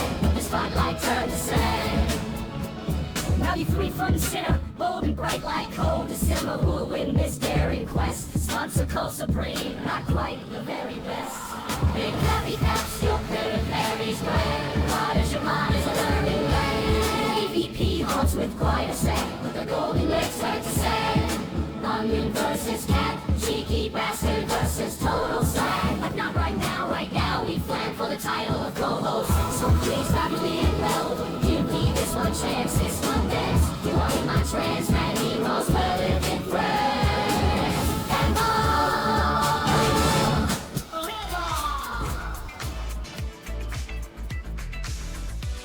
Why, you must be exhausted, Lel. Go have a sit down and I'll do this nice bit now.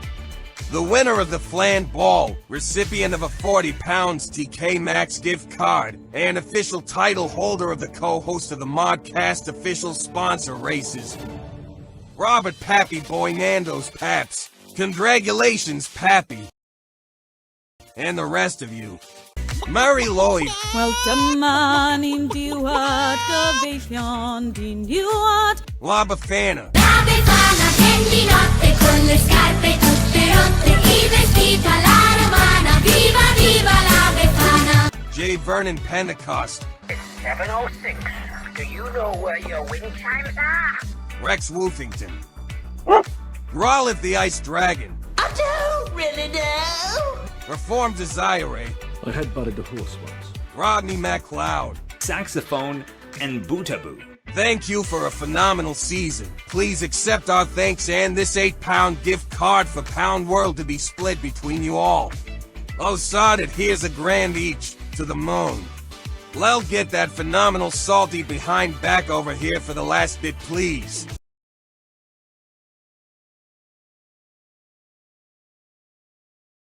So as you can see, we're going to hear songs from Todd, Rod Hobgoblin's Spooky Space Station, Classic Oatcakes, the classic obscure Simpsons Maude-cast cartoon character, March, Classic Oatcakes, Halloween Jamboree, Morgana's Cursed Locket, Foo's Haunting, Mary Lloyd's Ghostly Parade, Hardy's Spooky Night at the Museum, Battery's Spooky Halloween, and Spooky Tales of the Maude-cast Crew. I'll let you choose 3 of those to have a little bit of a listen to. Which ones are you choosing? I see a spooky theme emerging.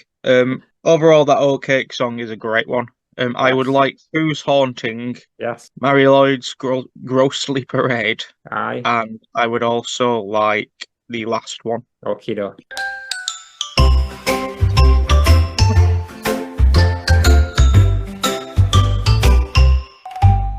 Cobwebs in the corners, vault locked tight. Shadows dance around in the eerie moonlight. For Chengdu trapped, past in his sight. Ghost of wrong souls ready to fight. Billionaire bound in haunted hole. Faces of the past. That's actually one of my favourite ones. It's about Fu Chengdu being trapped in a vault with a bunch of ghosts. It's a nice one. I like the imagery as well. Oh yeah. He rises from her sleep. Hoofprints echo, spirits creep through the village dark and deep. Only magic can escape.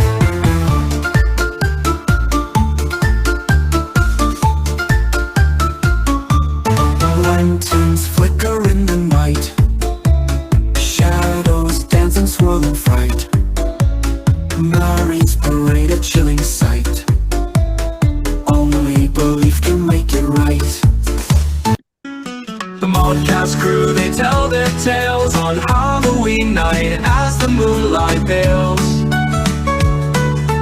Ghosts and goblins, oh what a few. Spooky tales they tell come true.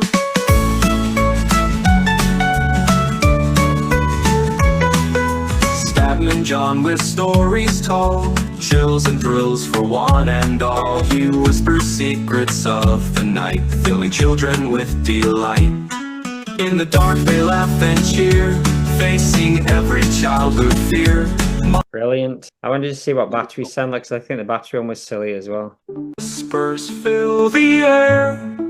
But it's a good album. You can go on the Bandcamp and you can go on Spotify and on Apple Music, and also a limited edition vinyl version for Spooky Record Store Day, and cassette version, and also a special skull shape, big gummy skull with a USB inside, like what the Flaming Lips did. You ever see that? Exactly. I did not, but I can imagine it was a flaming lip. They sold a version of their album. I can't remember, it was like a special song or something, and it was inside a giant gummy skull in a USB stick. Anyway, that's not that album. This is this one. So, John, how's it doing for stats? Boys, actually, it's got 74 listens so far. Brilliant. All right, good. So that's the album. You can go buy that on at your local record store. Let's do another sketch. Stamp, have you got any more sketches? Yes, you have. I'll decide what it's called. Exactly. Radio play, Jeff Apple, space, billionaire, party sound, laughter, clinking, and glasses and all that, and a faint howl of dogs beneath it all. Yeah, in some ways, all those dogs are always ruining my perfection. What is it now, assistant? There, it appears to be a pack of stray dogs howling beneath the museum. The museum? I know what you're talking about. Dogs beneath my party on Halloween night? How delightful. No, I mean, how disgusting. I'll handle it. Handle it.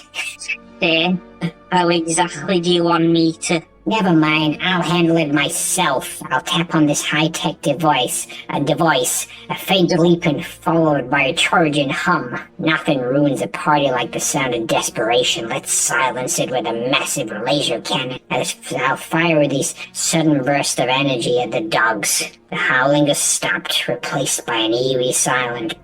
The party can continue without interruption. So Jeff Apple, who else could throw a party floating over hell itself? No one, that man's a visionary, a real space Jesus. All hail Space Jesus, savior of Halloween.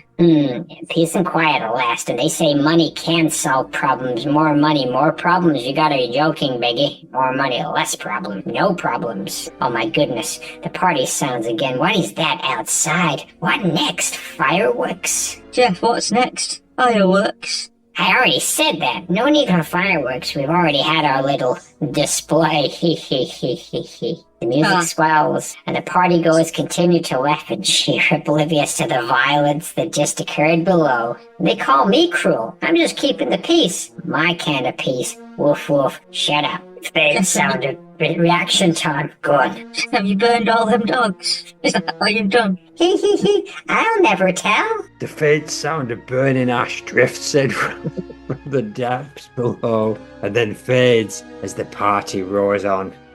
Oh, brilliant. Shall we, I'll hand it back over to you, lads. This is running a bit long, but it's all right, I think. Oh, yeah, brilliant, Stamp. It's all good. This is all great stuff, considering this is just the bonus stuff that didn't go in the Black Phillip cast last week. 4-hour long Black Phillip cast, as it would have been.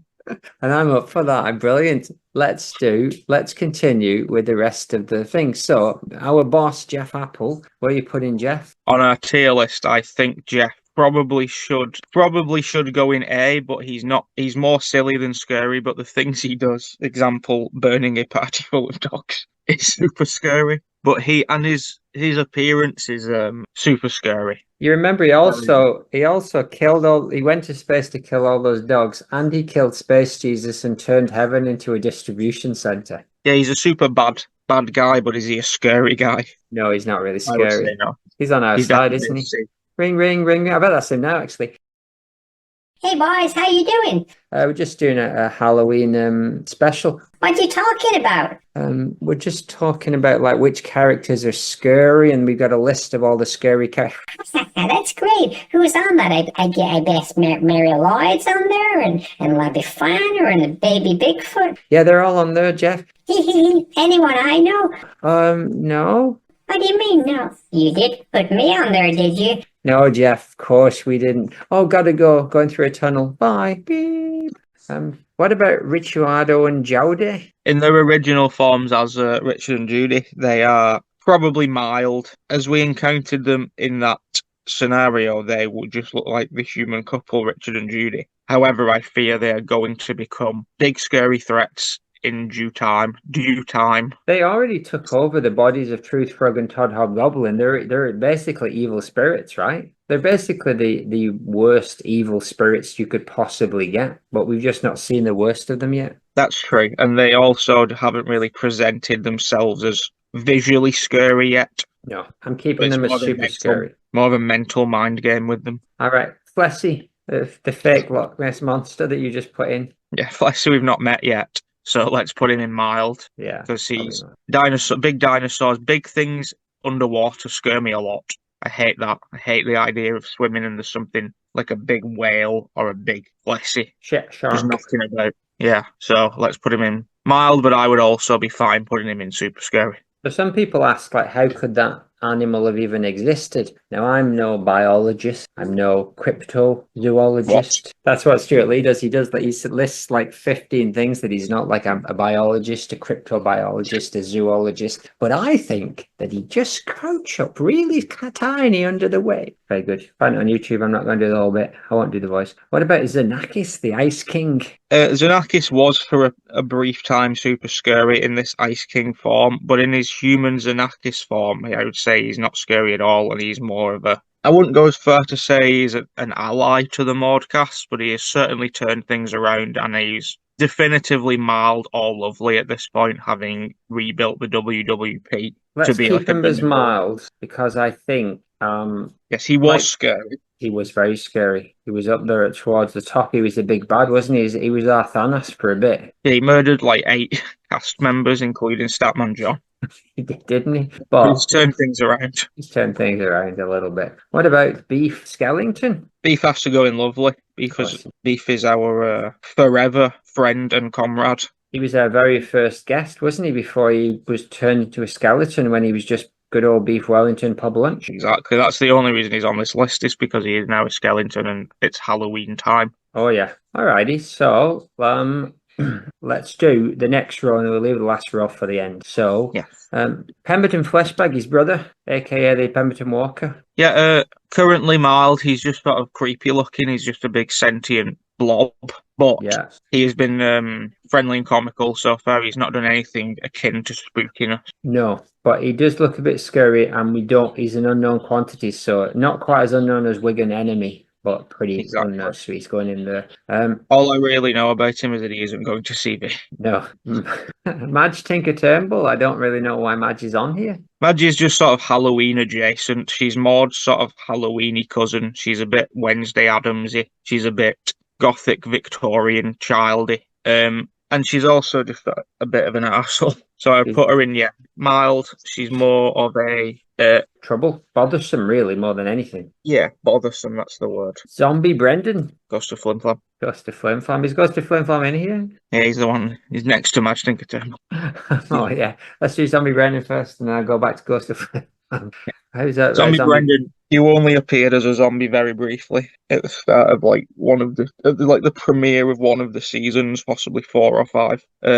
I don't think you did anything particularly scary, but being a zombie is quite scary in itself. So either D or C. Probably let's go for C. So I'm going to go for C, right? Doppels as. Had you been left to be a zombie, who knows what you would have, whose brains you would have eaten. Oh, I know. You can't trust zombies at all. All right, Ghost of Flimflam. Probably D. He's not done anything scary or spooky yet, but he is a spooky ghost who lives in a swamp now. So he has potential to come back and be. Does he live in a swamp? If he needs to. I believe he lives in a swamp in the Wee Principality with Sharon Flimflam. I believe that's where we left them off. Makes sense. Last one for now, Satan, the Dark Lord himself. Gotta go top of the list, surely. He's got to go right up there, hasn't he? Capable of out, and also even just within the world of the Mordcast, remained a huge red demonic depiction of Satan. There was no irony to this depiction of Satan whatsoever. He was just big, red, scary, evil. No, it wasn't South Park Satan. However, if you remember, he wasn't actually that bad, and we were able to negotiate with him and get everyone, more or less. He was kind of a bit more mischievous than anything. True, but that was probably just because he's probably got a good business head on him. I would like to move him to Super Scary. Deal. That's fine. I think it's likely that he would be our biggest threat if we went back to hell. We'll You never see. know, though. Maybe I'm just misreading him. We'll give it a chance. Have a Shall little bit of sympathy. Indeed. What a tier list. Do you want to do a Let's- sketch and then finish up sponsor race? Sponsor race diary, all that stuff. Yeah. All I right, don't think Stamp, there's a come on, diary. come I back. put diary by accident. All right. So anyway, Stamp, you've got lots of names, but can we just get on with it a bit? Yeah, just no more names. It's called Stamp Shite. All right, this one's called A Trillding Halloween. Spooky, creaky old house on the edge of town. Two kids, Sandy and Tom, dressed as a witch and a pirate, walk up to the house. It's Halloween night, and the moon is full, and the wind howls. Do you really think we should be doing this, Tom? Halloween Sunday, the best candy is always in creepy houses. They push the door open, and sneak in, and the house is creaking ominously. In the distance, they hear soft whispers like children giggling. Can you hear that? Probably just wind or ghost kids. Ooh.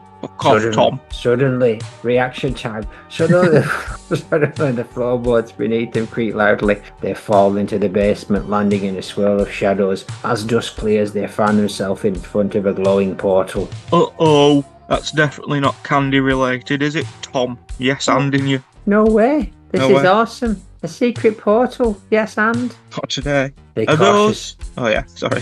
They cautiously step through, finding himself in limbo, the first circle of hell. The landscape is eerie but oddly playful, with swirling mist and a playground-like structure made of bones and swings. A group of ghostly pale children, aka the poorly children, are huddled together in the distance, all dressed like they're about to give a school presentation, but with grim expressions. Are those kids? They look poorly, like really poorly children. You mean chilled? Wait, no, children. What? They've taken Mr. Thousands to the bus stop of doom, and you two will be next.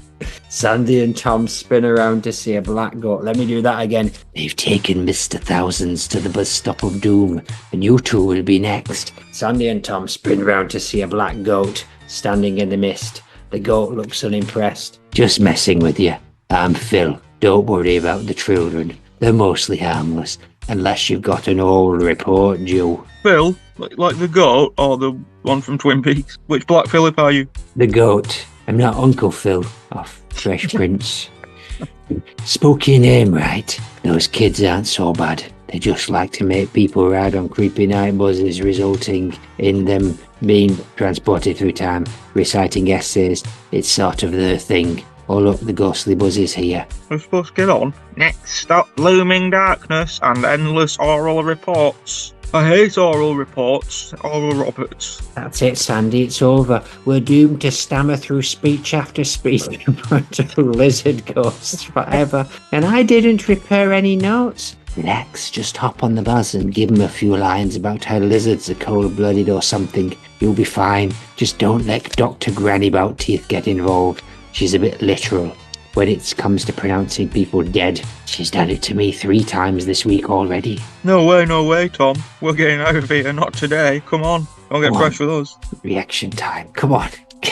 Get on the buzz. Come on. The children are waving sharpened pencils out of the buzz windows. Fine, I'll give you a head start. But only because I've got an appointment to stare wistfully out of the buzzes and ponder the meaning of existence is what goats do. Here's a half-hearted wink. Dash back to your portal, dodging the poorly children's weak attempts to follow because they can't run very fast. Well, we've tumbled back into the basement of the spooky house. That was close. What's going on? Who knew the scariest thing in hell would be a class presentation? Ha ha ha. And lizards. Scared the shit out of me. Let's just go and get some candy. I've had enough Halloween adventure for one now. I'm sick of lizards. The two run Come on, off let's into go. the night. The sound of children giggling faintly in the background as I continue to watch the buzzes.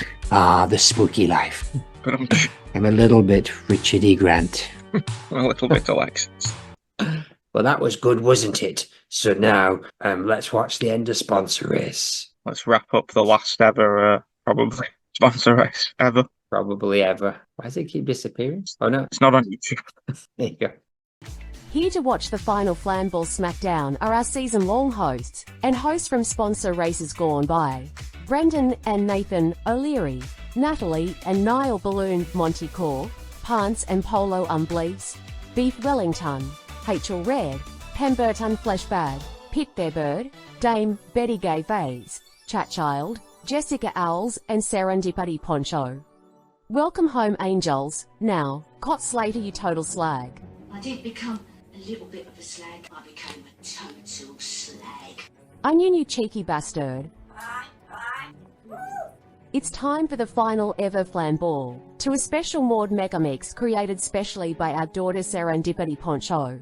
Now, assume the position, good luck, don't fuck it up, and in many ways Maude, hey, don't cut me off, you fuckers. We will find out until we grow. She loves to laugh, she loves to sing, she does everything. Totally on the mountain, over the hills and everywhere. They say our love won't pay the rent. We got to cheat to fame before we served. Our money's all been spent. Totally on the mountain. You live in a dream world, boys, once a race is born. I got flowers in the spring, I got you to wear my ring. No way, no way. She said anyway you want it, that's the way you need it, anyway you want it. And when I'm sad, you're a clown, not today. And if I get scared, you're always around. Don't get fresh with me, do not get fresh with me. I could have any girl here, don't wanna close my eyes, but it's your lucky night, I don't wanna fall asleep. No way, 'cause I miss you, baby. He said that to me last week, and I don't wanna miss a thing. I got you, babe. Oh, now night, all alone. I got you, babe. Oh, every night. I got you, babe. Tell it on the mountain. I got you, babe. The hills and everywhere. I got you, babe. Hold tight, hold tight, hold tight. I got you, babe. Baby, hold tight. Love will know the been him and RD over the hills and everywhere. Sisters through and through, she loves the love and things. Don't wanna miss one smile, 'cause you got me, baby, I got you. Know that I would go for Bucky. Don't tell it on the mountain, we can get a kick out of you. Then we say about the loving things, and I don't wanna miss one kiss, but at least I'm sure of all the things we got. La de fun aquí y no, there's gonna be a flirty con lo scarpe tu perote. Get those animals, vestido da romana out of the mud. Y viva la befana, sponsors of the mud. I'm feeling good from my head to my shoes, know where I'm going and know what to do. I'm tidied up my point of view. I got you, babe, a new attitude. I got you, babe, a new attitude. Walking well on today. Got you, babe, I got you, babe. Oh, now night, all alone. I got you, babe. Gonna be all la fana. I got you, babe. Tell it on the mountain. I got you, babe. It's gonna be a fly. I got you, babe. Hills and hills and everywhere. I got you, babe. Not today, don't get fresh with me. I got you, babe. Even when I dream of you. I got you, babe. The sweetest dream will never do. All night, every night. I got you, babe. Tell it on the mountain. Well, there you have it. After 4,000 episodes, 8,000 flan balls, and over 28 minutes of filler, it's time to crown a winner. The winner of the Maudecast official sponsor race. All stars, all winners will receive $200,000, a decade's worth of Anastasia. Beverly Hills makeup for some reason, a crown and scepter once again provided by Fierce Burns, Jules, and the title of main host of the official Maudecast reboot in Worsley Lanes. We have made our decision. The winner is Onion!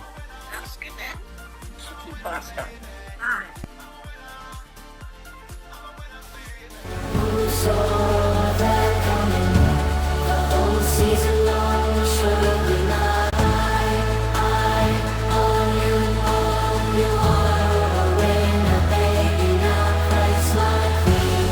Friends, if you can't love yourself, how the hell you gonna love somebody else? Can I get a fucking minute?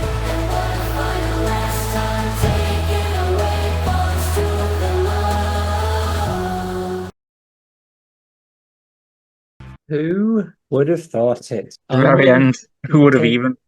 So if I understand this right, when this season finishes, season 12, and whatever happens to the Watchdogs, these guys are going to take over from Clara and Co. These guys are going to take over from us. I believe there is still space in the museum for everybody who is there. Oh. But they have been Onion and his co-host Rob Paps. Sorry, Onion and her co-host Rob Papp will now redo the Maudecast, and I'm assuming a few of them, including Desiree and the head, Catman John's head, Wagman John will be their recurring characters. I see. And everybody else got to go back to doing whatever they wanted with the £1,000. Well done, Onion. It was a close race. Cat very nearly won, so that Onion could be further vilified and vindicated in his war against us, her war against us. I don't think this actually stops Onion from hating us and still wanting to defeat us for what we did to them. I agree. Onion, we didn't crown Onion. The Ponchos crowned Onion. Exactly. But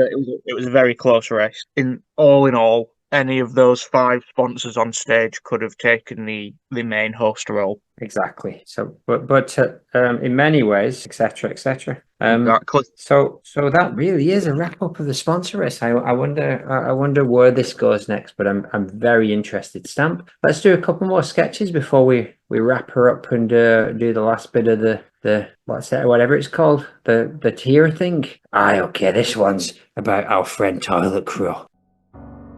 Halloween night, dimly lit public restroom, flickering overhead light casts long shadows. The air is thick with an eerie silence, broken only by the occasional drip of water from a leaky faucet. Chad Elmer V-Bong, a wiry, overconfident man in his mid-30s, tiptoes into the restroom, carrying a flashlight and yet again a crumpled map. The 9 rings of hell, huh? Why do they always hide the maps in the creepiest places? Just once I'd like to find a treasure in a nice cozy bakery or something. It can't supposed to be Welsh. I'll let you off with that then. Chad pushes open the rusty store with a creak peering inside. He slams it shut, moves to the next one, but suddenly there's a loud fluttering overhead. His flashlight beam darts around, finally landing on the stall at the end. Perched atop the toilet tank is Toilet Crow, a crow dressed in a sleek black bodysuit wearing a crow's mask. His beady eyes glow red through the mask, and his posture is tense, ready to strike. Who dares enter the sacred stall of the Forsaken? These are my lands, mortal. Whoa, I'm just here for a map. I didn't mean to invade your toilet kingdom or whatever. I'm tilting my head to the side, inspecting you with a suspicious intensity. I'm ruffling my feathers menacingly. You dare defile my sanctuary in search of forbidden knowledge? Public restrooms must be protected. Look, man, Crow, I didn't know there was a guardian of the toilet. It's okay. I just need to... Squawk, we spent most of season 12 together. Did you not listen to any of my stories? Anyway, spread his arms wide, my shadow growing large, my voice booming through the cramped space. You misunderstand, intruder. I am not merely the guardian. I am the protector of the restrooms, keeper of their sacred cleanliness. Gloves off, Harry Potter. I fight against those who vandalize and who clog with reckless abandon. You and your stinky shit is not welcome here. Alright. Whoa, okay, I get it. You don't like uninvited guests. It's a public toilet, though. You know that. Yes, I'm going to get you. You better cower. I'm staring down at you with a cold and calculated fury. Actually, before I unleash my full wrath, tell me, Chad Elmer V-Bong, if that is your real name, have you ever experienced a clock toilet at the Maude Flanders Internet Museum? What? What are you talking about? No, I don't think. Wait, is this about plumbing history now? This is awful. Is this about plumbing history now? It's just staying at it. Indeed. To truly protect these hallowed stalls, one must know the ways of plumbing. I study, I learn, I grow in time. I become more than Toilet Crow. I became King Shitpot. Suddenly, Yes, shifting with a flash of light, my mask falls away, revealing a majestic magpie mask over my crow face. My black suit shivers, transforming into regal feathers and a flowing cape made of discarded toilet rolls. King Magpie, are you serious? I have Are you sworn. serious? The response time. What? I have sworn to protect the sewage systems of the world, but for tonight you shall suffer the consequences of your ignorance. I grab a toilet roll and toss it like a lasso around your legs, tripping you and falling, and you smash your head open on the toilet seat. Alright, I'm leaving. I don't need the map, I just wanted a shit. This is ridiculous. That's right. Fuck off. Get out of here. Leave this place and never return unless you bring a plunger and respect the sacred stalls. Scramble out. Shaking with fear. Goodbye. Another day, another restroom saved. Oh, a skull mask hanging from a hook, left by some poor soul's Halloween costume. I'll put it over my magpie mask. Hee hee hee. Next stop, the Maude Flanders Internet Museum and the history of sewage. Don't go in there, he won't let you go to the toilet. He's a dick. We got to wrap this up soon, but let's just ring Clara and see how she's doing. All right, you ring her. Ring, ring. IMFDB Nathan speaking. Can I assist? Moo, you rang me. Hello, Nathan. Moo, it's Clara. Oh, dude, Clara's always been a cow, but she sounds extra possessed today. Those two things aren't connected. Hi, Clara. Is everything okay at the museum? Stephanie's always been a bit of a vole, but today she seems extra rude. Everything, Moo, is wonderful. The museum is thriving. Alan, my husband, and Jock Derrida, the baby, are doing just fine. Alan's her husband, right? The kestrel, and Jock's the calf. He sounded last time. He sounded fine last time we checked, right? Well, yeah. Except for the misinformation. But they weren't possessed last time. Clara, are you sure everything's under control? Jock is perfectly well, Moo. Just a bit energetic lately. The museum's exhibits, they are awakening, Moo. Oh, that didn't sound fine. There was a mechanical creaking and a crash with a faint but disturbing moo. Are the exhibits safe? I thought this museum was dedicated to Maude's life. You thought wrong, Moo. Yes, the museum has grown beyond Maude's time. We have relics, artifacts from her. Moo, hidden history. Hidden history? Like what? Moo, the new wing is open now. With Maude's dark artifacts, ancient relics bound by her spirits. They are alive, Moo. Oh, what was that? It sounded something heavy falling and a faint bird screech. Probably Alan, followed by another strange moo.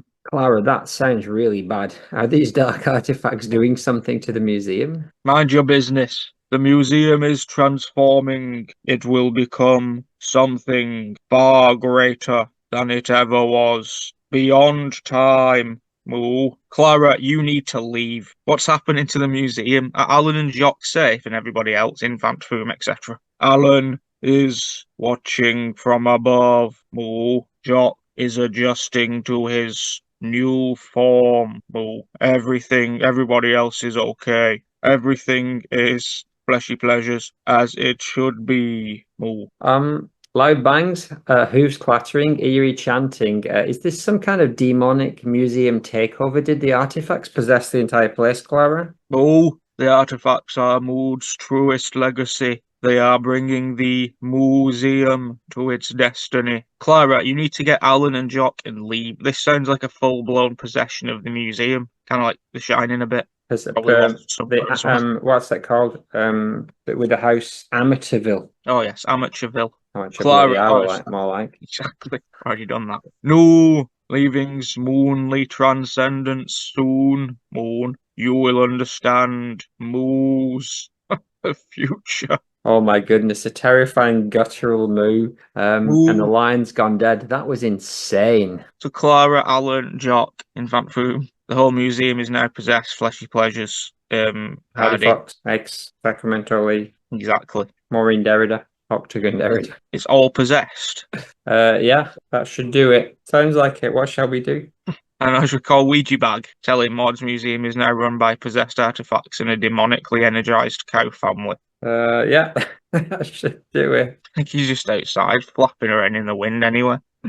This version makes it clear that Clara has always been a cow, but now it's possessed along with her family and gives more specific details. Let's finish up the ranking and then we'll call it a day. Yes, I'll add a chatbot song. Chatbot song, a couple of sketches I'll do on video by myself and send them to you. Indeed, I can add additional dialogue. What about Ginger? Ginger's spooky. Ginger's the cabin lady who is like an ancestor of Maude, but she lives in the cabin. She's a horribly sort of decrepit old woman who speaks in riddles and does bad things. I would put her in B. Let's put her up there. She's pretty scary, Ginger. I don't think we've heard the most of her yet. No, she talks in backwards as well. My goodness. What about the Roswolf? The Roswolf is scary because she is unpredictable. And it's also, she has the whole, like werewolves are scary in terms of if you were facing a werewolf, you would be scared. They're not up there with Frankenstein's and Dracula's for me, but if you were facing a werewolf, you would be scared. I would go for either B or C. C if she was in the right mood, B if she was mad at you because you'd either done the voice or taken her job and her money. To us, I think she's a C, so I'm keeping her at a C. What about Penhaligon's Kraken? Rest in peace. As mentioned with Flessy, big underwater creatures will always be a top-notch scare for me. So I would be happy to go for B again because also it was just a straight-up villain. It was a straight-up villain, wasn't it? There was no interacting with the Kraken other than it trying to destroy us and taking the life of Jin from Lost, I believe. Fair enough. So Vince and the U-1, I remember the last thing we saw was that the U-1 had eaten Vince and become Satan's minion. Yeah, which is never good. Appearance-wise, two fluffy little, like, sentient balls, so nothing too spooky going on. Mighty Boosh, wasn't it? Exactly. But now, one of them is, the henchman of Satan. So I'd go for C or B. I'll let you take the choice. I think if Satan ever comes back, the U-1's going to be right there with him. Black Pip? A. Scary all round spooks. He's the devil, basically, but he's like the scary devil. Yeah, ranked higher than Satan. Philip Jeffries, the kettle? The second Black Phillip. D. Not scary. Doesn't even exist in human form anymore. No. Just just weird rather than scary. Probably E. Yeah, E. All he did, he was unhelpful to Doppelganger Cooper, but he was very helpful to Good Cooper. So if anything, I'd say he was lovely. All right, we'll put him in lovely. He's not been lovely to us, but I guess we've not really interacted with him much, right? No, I don't think we ever have. It's quite a rude thing to say about him. Harmony? Probably D. I wouldn't say she was lovely. I'd say she was quick to betray, but she's also only scary because she has vampire powers. She isn't, going to do anything other than kill you. Alrighty. Last few, that penguin? Elders McGraw. Probably B. I don't know. Super scary. If he looked scarier, he would be. I'm putting him in C. Yeah, go for C. His actions are very scary and his silence is very scary, as we established, but he himself is very cute. Yeah, I don't think we'd be very scared of him. Natalie Balloon Robotico? As of now, mild. I would say she's still on the villainous side of things because she is, I believe, a head in a bag, trying to reassemble her dog cult. Excuse me. So I'd say mild. The threat of what she can do is probably quite scary, and it's also quite unsettling to see your deceased friend in a robot body that resembles her. I think I'm going to actually move her up to a bit scary because I think she's got potential. Yes, agreed. And the very last one, Flatty. Flatty, who I can't remember who it is. I think it's the Flatbush monster that's called Blacksea. Oh, yeah. Let's go for C, a bit scary, because I imagine right now I don't feel any kind of fear, but I forgot entirely what the gimmick of this. It's like a Bigfoot style, but like... Oh, yeah. Adult Bigfoot. Adult Bigfoot. Yeah, we'll put a bit scary, but probably not really. Could be there. So there we go. We got top rank of Maude's Ghost, Granny Boutteeth, the Haster and the Smoke Monster, and Black Pip. So the only one we've created is really scary is Granny Boutteeth. So apparently our most scary invention is Granny Boutteeth. Yeah, most of our characters just kind of drift towards friendly towards the end. Everybody's our friend in the end, mostly. Yeah, the U-1's the only one that's taken a real heel turn, right? Yeah, Truth Frog is scariest of all, but he has not made the less. He's not really. He's scary in a scary way. He's scary as in like we fear for ourselves when we're around him. What a great Halloween special. Halloween special, a good one, a long one, and we've got a couple more sketches that you can add in. A Ham Ham Jr. sketch and a Ghost of Flim Flam sketch that I'll do. I'll do the voices for. Title: Shipwreck and Spooked, The Haunting of Ham Ham Jr. A dimly lit stage decorated with eerie Halloween props like pumpkins, fake cobwebs, and spooky fog machines. A shipwreck lies in background and ghosts. Sound fills the air. Jeff, can you do voices? Yeah, sure, Stamp. On a cold, moonless Halloween night, a group of unsuspecting tourists embark on pleasure cruise. Little did they know they were sailing straight into spoiled clutches of Ham Ham Jr., a bratty merman king with terrible attitude. Hey, I like that guy. Enter tourists dressed as pirates, witches, and skeletons, but no Space Jesus. They are shipwrecked, disoriented, and spooked. I knew we shouldn't have booked a discount Halloween cruise. Now we're stranded on this creepy island. I'm dressed as a skeleton and this place gives me the creeps. Did you hear that? It sounds like whining. Ugh, why is nobody bowing to me? I'm the king, for crying out loud. Bow down or I'll make you eat seaweed for dinner. Enter Ham Ham Jr. He's wearing glittering fish scales, a crooked crown that's too big for his bloody head, and he's holding a scepter made of candy corn and seashells. He's pouting and stamping his fin, clearly unhappy. Finally, you losers made it. It took you long enough. Oh, I'm disgusted. I bet you want my treasure as well, right? Well, too bad it's mine, and you can't have any unless you entertain me. Wait, the treasure? We could totally use that. Oh, Your Highness, please, what do we have to do for get it? Seems kind of bratty, don't you think? This feels like a setup. Did you just call me bratty? I'll have you know I'm royalty. No, I said, fatty. No, I mean, catty. Oh. My mom is Lady Johnham. I don't have to listen to you anymore. Now start dancing before I lose interest. He claps his hands and spooky lights appear.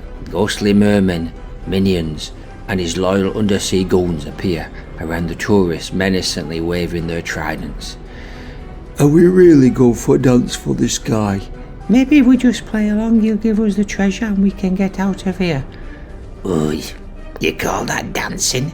My fish could dance better than that, and they don't even have legs, do your fish? No. This is boring. You're all terrible. Maybe I'll just put you in a seaweed prison instead. Oh, that'd be okay, because seaweed prisons wouldn't work, would they? Yeah, well, this one will, because it's special seaweed what's like dead strong, and it'll strangle you as well. Suddenly, a mechanical whirring sound is heard. The stage darkens as spotlight hits the shore. A metallic figure, H-A-M-M, the Salt Circle Mystic robot floats into view. It's an ancient towering robot with a glowing Salt Circle emblem and an air of mystery. Ham Ham Jr. gasps and looks nervous. Intrusion detected. The bratty king requires a reset. No, not again, Ham. You're not the boss of me. Incorrect. I am the keeper of the mystical balance. Your greed disrupts the energy flow of the universe. Ham grabs Ham Ham Jr., but he is stuck, trying to wiggle out. Let me out. This isn't fair. I was just trying to have some fun. I wasn't really going to keep them in seaweed forever. Temper tantrum detected. Initiating timeout. The tourist looking amused at Ham Ham Jr. Haha, I'm amused at him. Trapped in a glowing salt circle and flopping around like a proper half-wit. The ghostly merman minions dissolve into the mist, and we are free from any threat. Ha ha ha. Well, that's one way to deal with the bratty merman, isn't it? Thanks for the save, Ham. H-A-M-M. Do we get the treasure now? Treasure lies not in gold, but in the wisdom of restraint. However, there is chocolate. Oh. Hey, you can't just take my candy. That's mine. Put it back. Put it back. Don't worry, kid. You can keep the seaweed. Ha ha ha ha ha. And so the tourist escaped the clutches of bratty merman king, thanks to timely intervention of H-A-M-M, the mystical robot. But beware, Ham Ham Jr. may return next Halloween. You haven't seen the last of me. I'll be back. And next time I'll make you dance better. Dun dun dun. The end.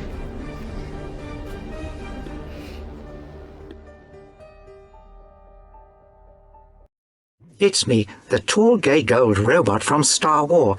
I'm unrelated to this sketch, but here's a spooky story that Stan passed me to read for him in exchange for a big bag of ketamine. Statman John will narrate. Now the trio of stars will introduce themselves. Kisses and hugs.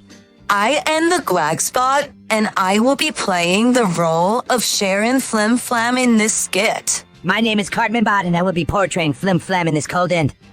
I'm Partridge Bot, and I will be delving into the role of human automated Munch Munch, or HMM, in this particular scene tonight.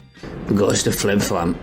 A spooky Halloween tale. A desolate cityscape with crumbling ruins, fog drifting through the air, and eerie wind howling through hollowed-out buildings. It's Halloween night, and lone traveller cautiously makes their way through the ruins of the desolate city and into the swamp where Flim Flams live now. You want for do narration, John? Oh yeah, boys. Of course I do, boys. On Halloween night like no other. In city long forgotten by time, a lone traveller wonderful haunted remains of desolate city. The wind howled through broken windows and whispers of long lost soul echo through the streets. Enter Sharon, the traveller. Zaz. Cautiously walking through ruins, boys. She's bundled into a cloak holding a lantern that flickers with a weak flame.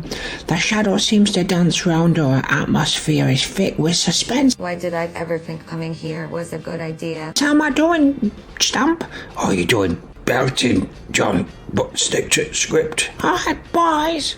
As she goes round corner, she sees Ghost of Flim Flam was her brother, but every sketch she doesn't even mention it. His face is twisted with a mix of mischief and sorrow. Boys, in his deep reverberates voice reverberates full night to our best help. Don't worry, John, it's alright, keep going. And his deep voice, boys, reverberates full ghost night. Well, what do we have here? Another traveler lost in my domain. You do know this is no place for the living, right? I'm Welsh, by the way. Who are you? Who am I? Once I was Flim Flam, the clever street kid who ran with the best ghost hunters in the world. But now I'm just a ghost trapped in this forsaken city betrayed by those I trusted most. And I've started to sound a little bit Irish. They said they'd capture all the demons, return them to the chest of demons, but there was one they never caught. That's why I'm still here, cursed to wander these ruins for eternity. Friend, trust me, you don't want to meet what's still lurking in the shadows. Why are you telling me? Because I like toying with people, and you. You're the first entertainment I've had in centuries. But beware, not everything here is a game. There are things in this city, things I've locked away, that even I can't control. Now I'm a bit Geordie. Suddenly, boys, a gust of wind howls through the ruins and a second spectral figure materializes. A large robotic being, it's Ham, that mystical robot, HAMM, bound by salt circle, shimmering in ruins and symbols sketched into metallic form. Steady on there, John. You're losing it. I know. Oh, boys! Flim Flam, or did I tell you about scaring travellers? The last one didn't make it past the square. Come on, H. It's Halloween. What else am I supposed to do? Tell her a bedtime story. You'll have to excuse him. He's been like this since the betrayal. Always whining, always haunting, never letting go of the past. It's exhausting. I've asked Lynn to fetch me in an Eden, but she's having a funeral for her fish. You should leave before the shadows wake up. There are worse things here than Flim Flam's bad attitude. Wait, betrayal shadows? What do you mean? Flim Flam wasn't just cursed to roam these ruins, he made a deal with a very bad lord, and in return, he gave up his soul to a demon trapped within the city. That demon is still out there waiting. You should go, flee, Sharon Flim Flam, or you'll become part of his twisted game. But where's the fun in leaving so soon? Stay. Let me show you the real desolate city full of tricks, and plenty of treats. And who knows? Maybe you'll find the 13th ghost, or maybe it'll find you. Shadows are creeping from the corners of buildings. Flim Flam, for God's sake, let your sister go, you mentalist. Aye, she's my sister, isn't she? Sharon, I barely recognized you with that new hairstyle, or any hairstyle at all given you are notoriously bald. Bite my S Flim Flam, you underused scrappy to adjacent spectral archetype. Well, it's beautiful. I'll allow it. Glowing brighter. Quickly, good Lady Flim Flam, I will create a protective salt circle around your very self, cracking arse, by the way, love. There's no time, run, you mothers. This is your last chance before the shadows consume everything. This is textbook Louis Principality nonsense. No, ho, ho, ho, no, wait. What about you? Am I still good to you the night, you cheeky bastard? I hold them off as long as I can. Flim Flam may be a brat, but even he can't control what's coming. Be careful, I think. No. I know. I love you. Knowing me human automated munch knowing you shan Flim Flam. No way, not today. Don't get fresh with me, ghost of Flim Flam. Now go you fools, I've got a voiceover for Charhawk Richard Cycles at 12, and a pub lunch booked at 1. A deal. Oh, she's off. Ha ha ha. Oh, Flim Flam's ghost, why did you make up such a bizarre story to your sister? Now she is buggered off, and she won't be back. I was just mucking about having a right daft laugh like, oh no, wait, hold on, I forgot there really is a demon Kraken. And here he comes. What year is this? What year is this? Happy Halloween. Don't forget to come back next year. And so, boys, the time traveller, she's not a time traveller, just a traveller, escape for now. And we don't know where Sharon is, but this is not canon. T-shirt canon, so don't really matter, boys. But the desolate city remains, and Ghost of Flim Flam will own these ruins, waiting for next poor soul to wander in on Halloween night. How'd I do, Sam? Did I do okay? Yeah, that was belting. That was proper good. Stop recording now. Press stop recording button. I don't know which one is. They've moved all icons around. Oh, boys, where is it? I can't find it either. Just press them all. Press them all. Press them all. I don't even know what in the sweet Everglazed titty booms that was, but this bag of ketamine really slaps today. I'm into my ketamine now. Crack lost its appeal after what happened to R2D2. Sigh. Anyway, I'm off to watch sponsor race finale. I hope Cot Slater wins. She is such a slag. Good night, kisses and hugs again. And brilliant. All right. Happy Halloween, everybody. Happy Halloween, everyone. Trick or treat. Now, the most scary... Larry Lloyd returned to their own MFIMDB, using their 1,000 pounds to construct a fairly basic, but rustic and charming, wassailing area, which has now become its fourth most popular thing to do in Nauru, Micronesia, according to Grog Advisor. La Befana went back to her underwater farm in Ventura, Atlantis, to discover Harm Jr. had pissed and flumped all over everything. She was so angry that she had to return to Rome for a sabbatical. She used her 1,000 pounds to treat herself to many pairs of new worn-out shoes.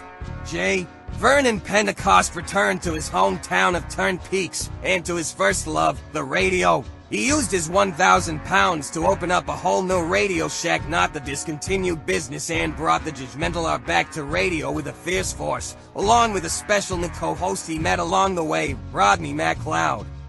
Rex Woofington was promised the role of ship commander of the in-progress rebuild of MFIMD-B5 space station upon its completion. For now, Rex has moved into MFIMD-B1 as the official tour guide and curator, a job he enjoys thoroughly due to the amount of times he is called a good boy, which he is. He used his 1,000 pounds to further his original goal, which still remains his key focus, finding the hottest hot sauce of all time. He also sent 300 pounds to his Viennese jungle mates cause his bloody, lovely, that's why he won Rodtar geniality. Growlithe the almighty Camp Ice Dragon was offered a hosting gig at IFTA for the after show of Love Mountain, a Love Island spin-off set far up Mount Everest. Growlithe was there to console the eliminated contestants and potentially help with their frostbite, lost limbs and frequent on-show mountain deaths. He was also in charge of controlling wild mountain lions with camp impressions of past Coronation Street characters. He blew his 1,000 pounds on scratch cards. He won 50 pounds, which he invested in Apleco, and turned it into 960 pounds. Desiree, now reformed and ready to do good, was planning to use her 1,000 pounds to help her former friends in need, until Rob Happy Boy Pappy Nando's arrived at her doorstep with a shock revelation. He had fallen madly in love with her, and wished for her hand in marriage. Thrilled, having had a secret crush on Chicken Brando all season, accepted, and now as MIS.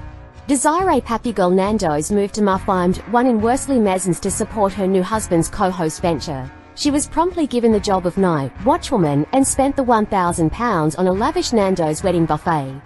Rodney reinventing Education MacLeod, thrilled with his top 5 placement, gladly accepted the offer of his new friend JVP and shacked up with him and turned Peaks as his roommate, potential lover. He found a home at Turn Peaks High, where he worked alongside headmistress Sheila Flimflam.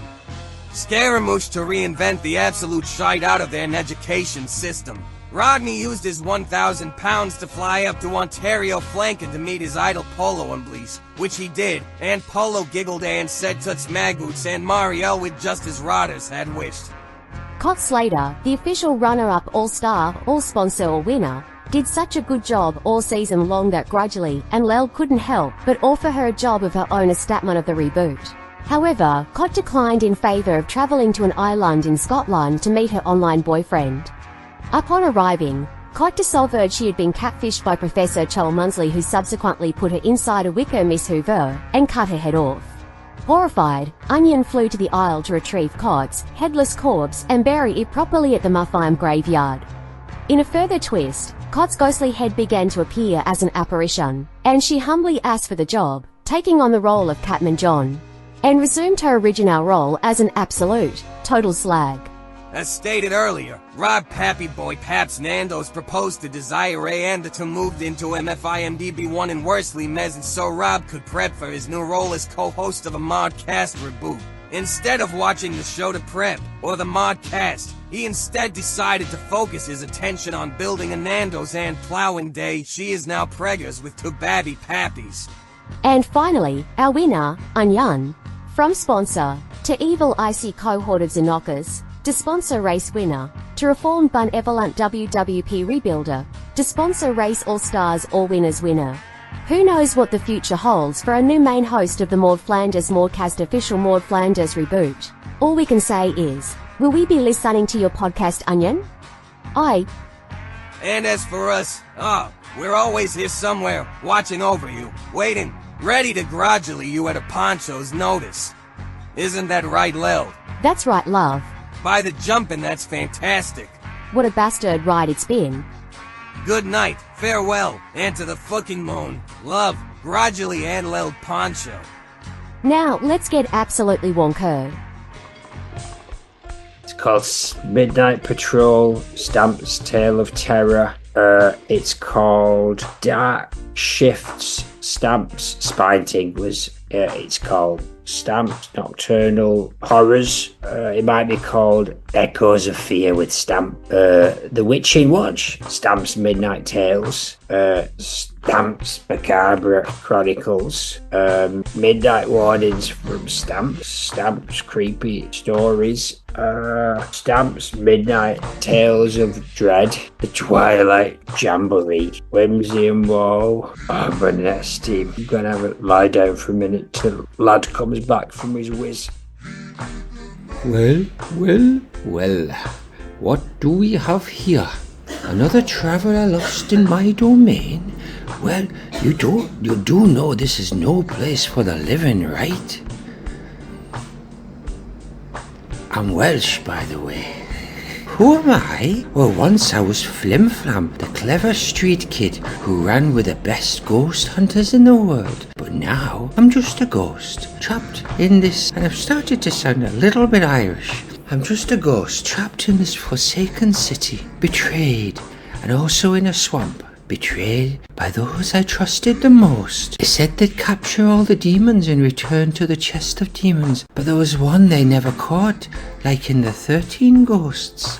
And trust me, now I'm a bit Geordie, and you don't want to meet what's lurking in the shadows. I'm telling you this because you're my sister, and you're the first entertainment I've had in centuries, except for season 10 or whatever it was. But beware, not everything here is a game. There are things in the city swamp that I've locked away that even I can't control. Flim Flam, what did I tell you about scaring travellers? The last one didn't make it out the swamp. Oh, come on, Ham. It's Halloween. What else am I supposed to do except for tell her a bedtime story? And where's Mary Lou? It seems like she would be ideal for this. And I'm not going to keep being Welsh because I just can't do the voice. You'll have to excuse him. He's been doing these voices since he was betrayed. Always whining, always haunting, always slipping between Welsh, Indian, Geordie and Irish. It's Exhausting. Who shall leave before the shadows wake up? There are worse things here than Flim Flam's bad voice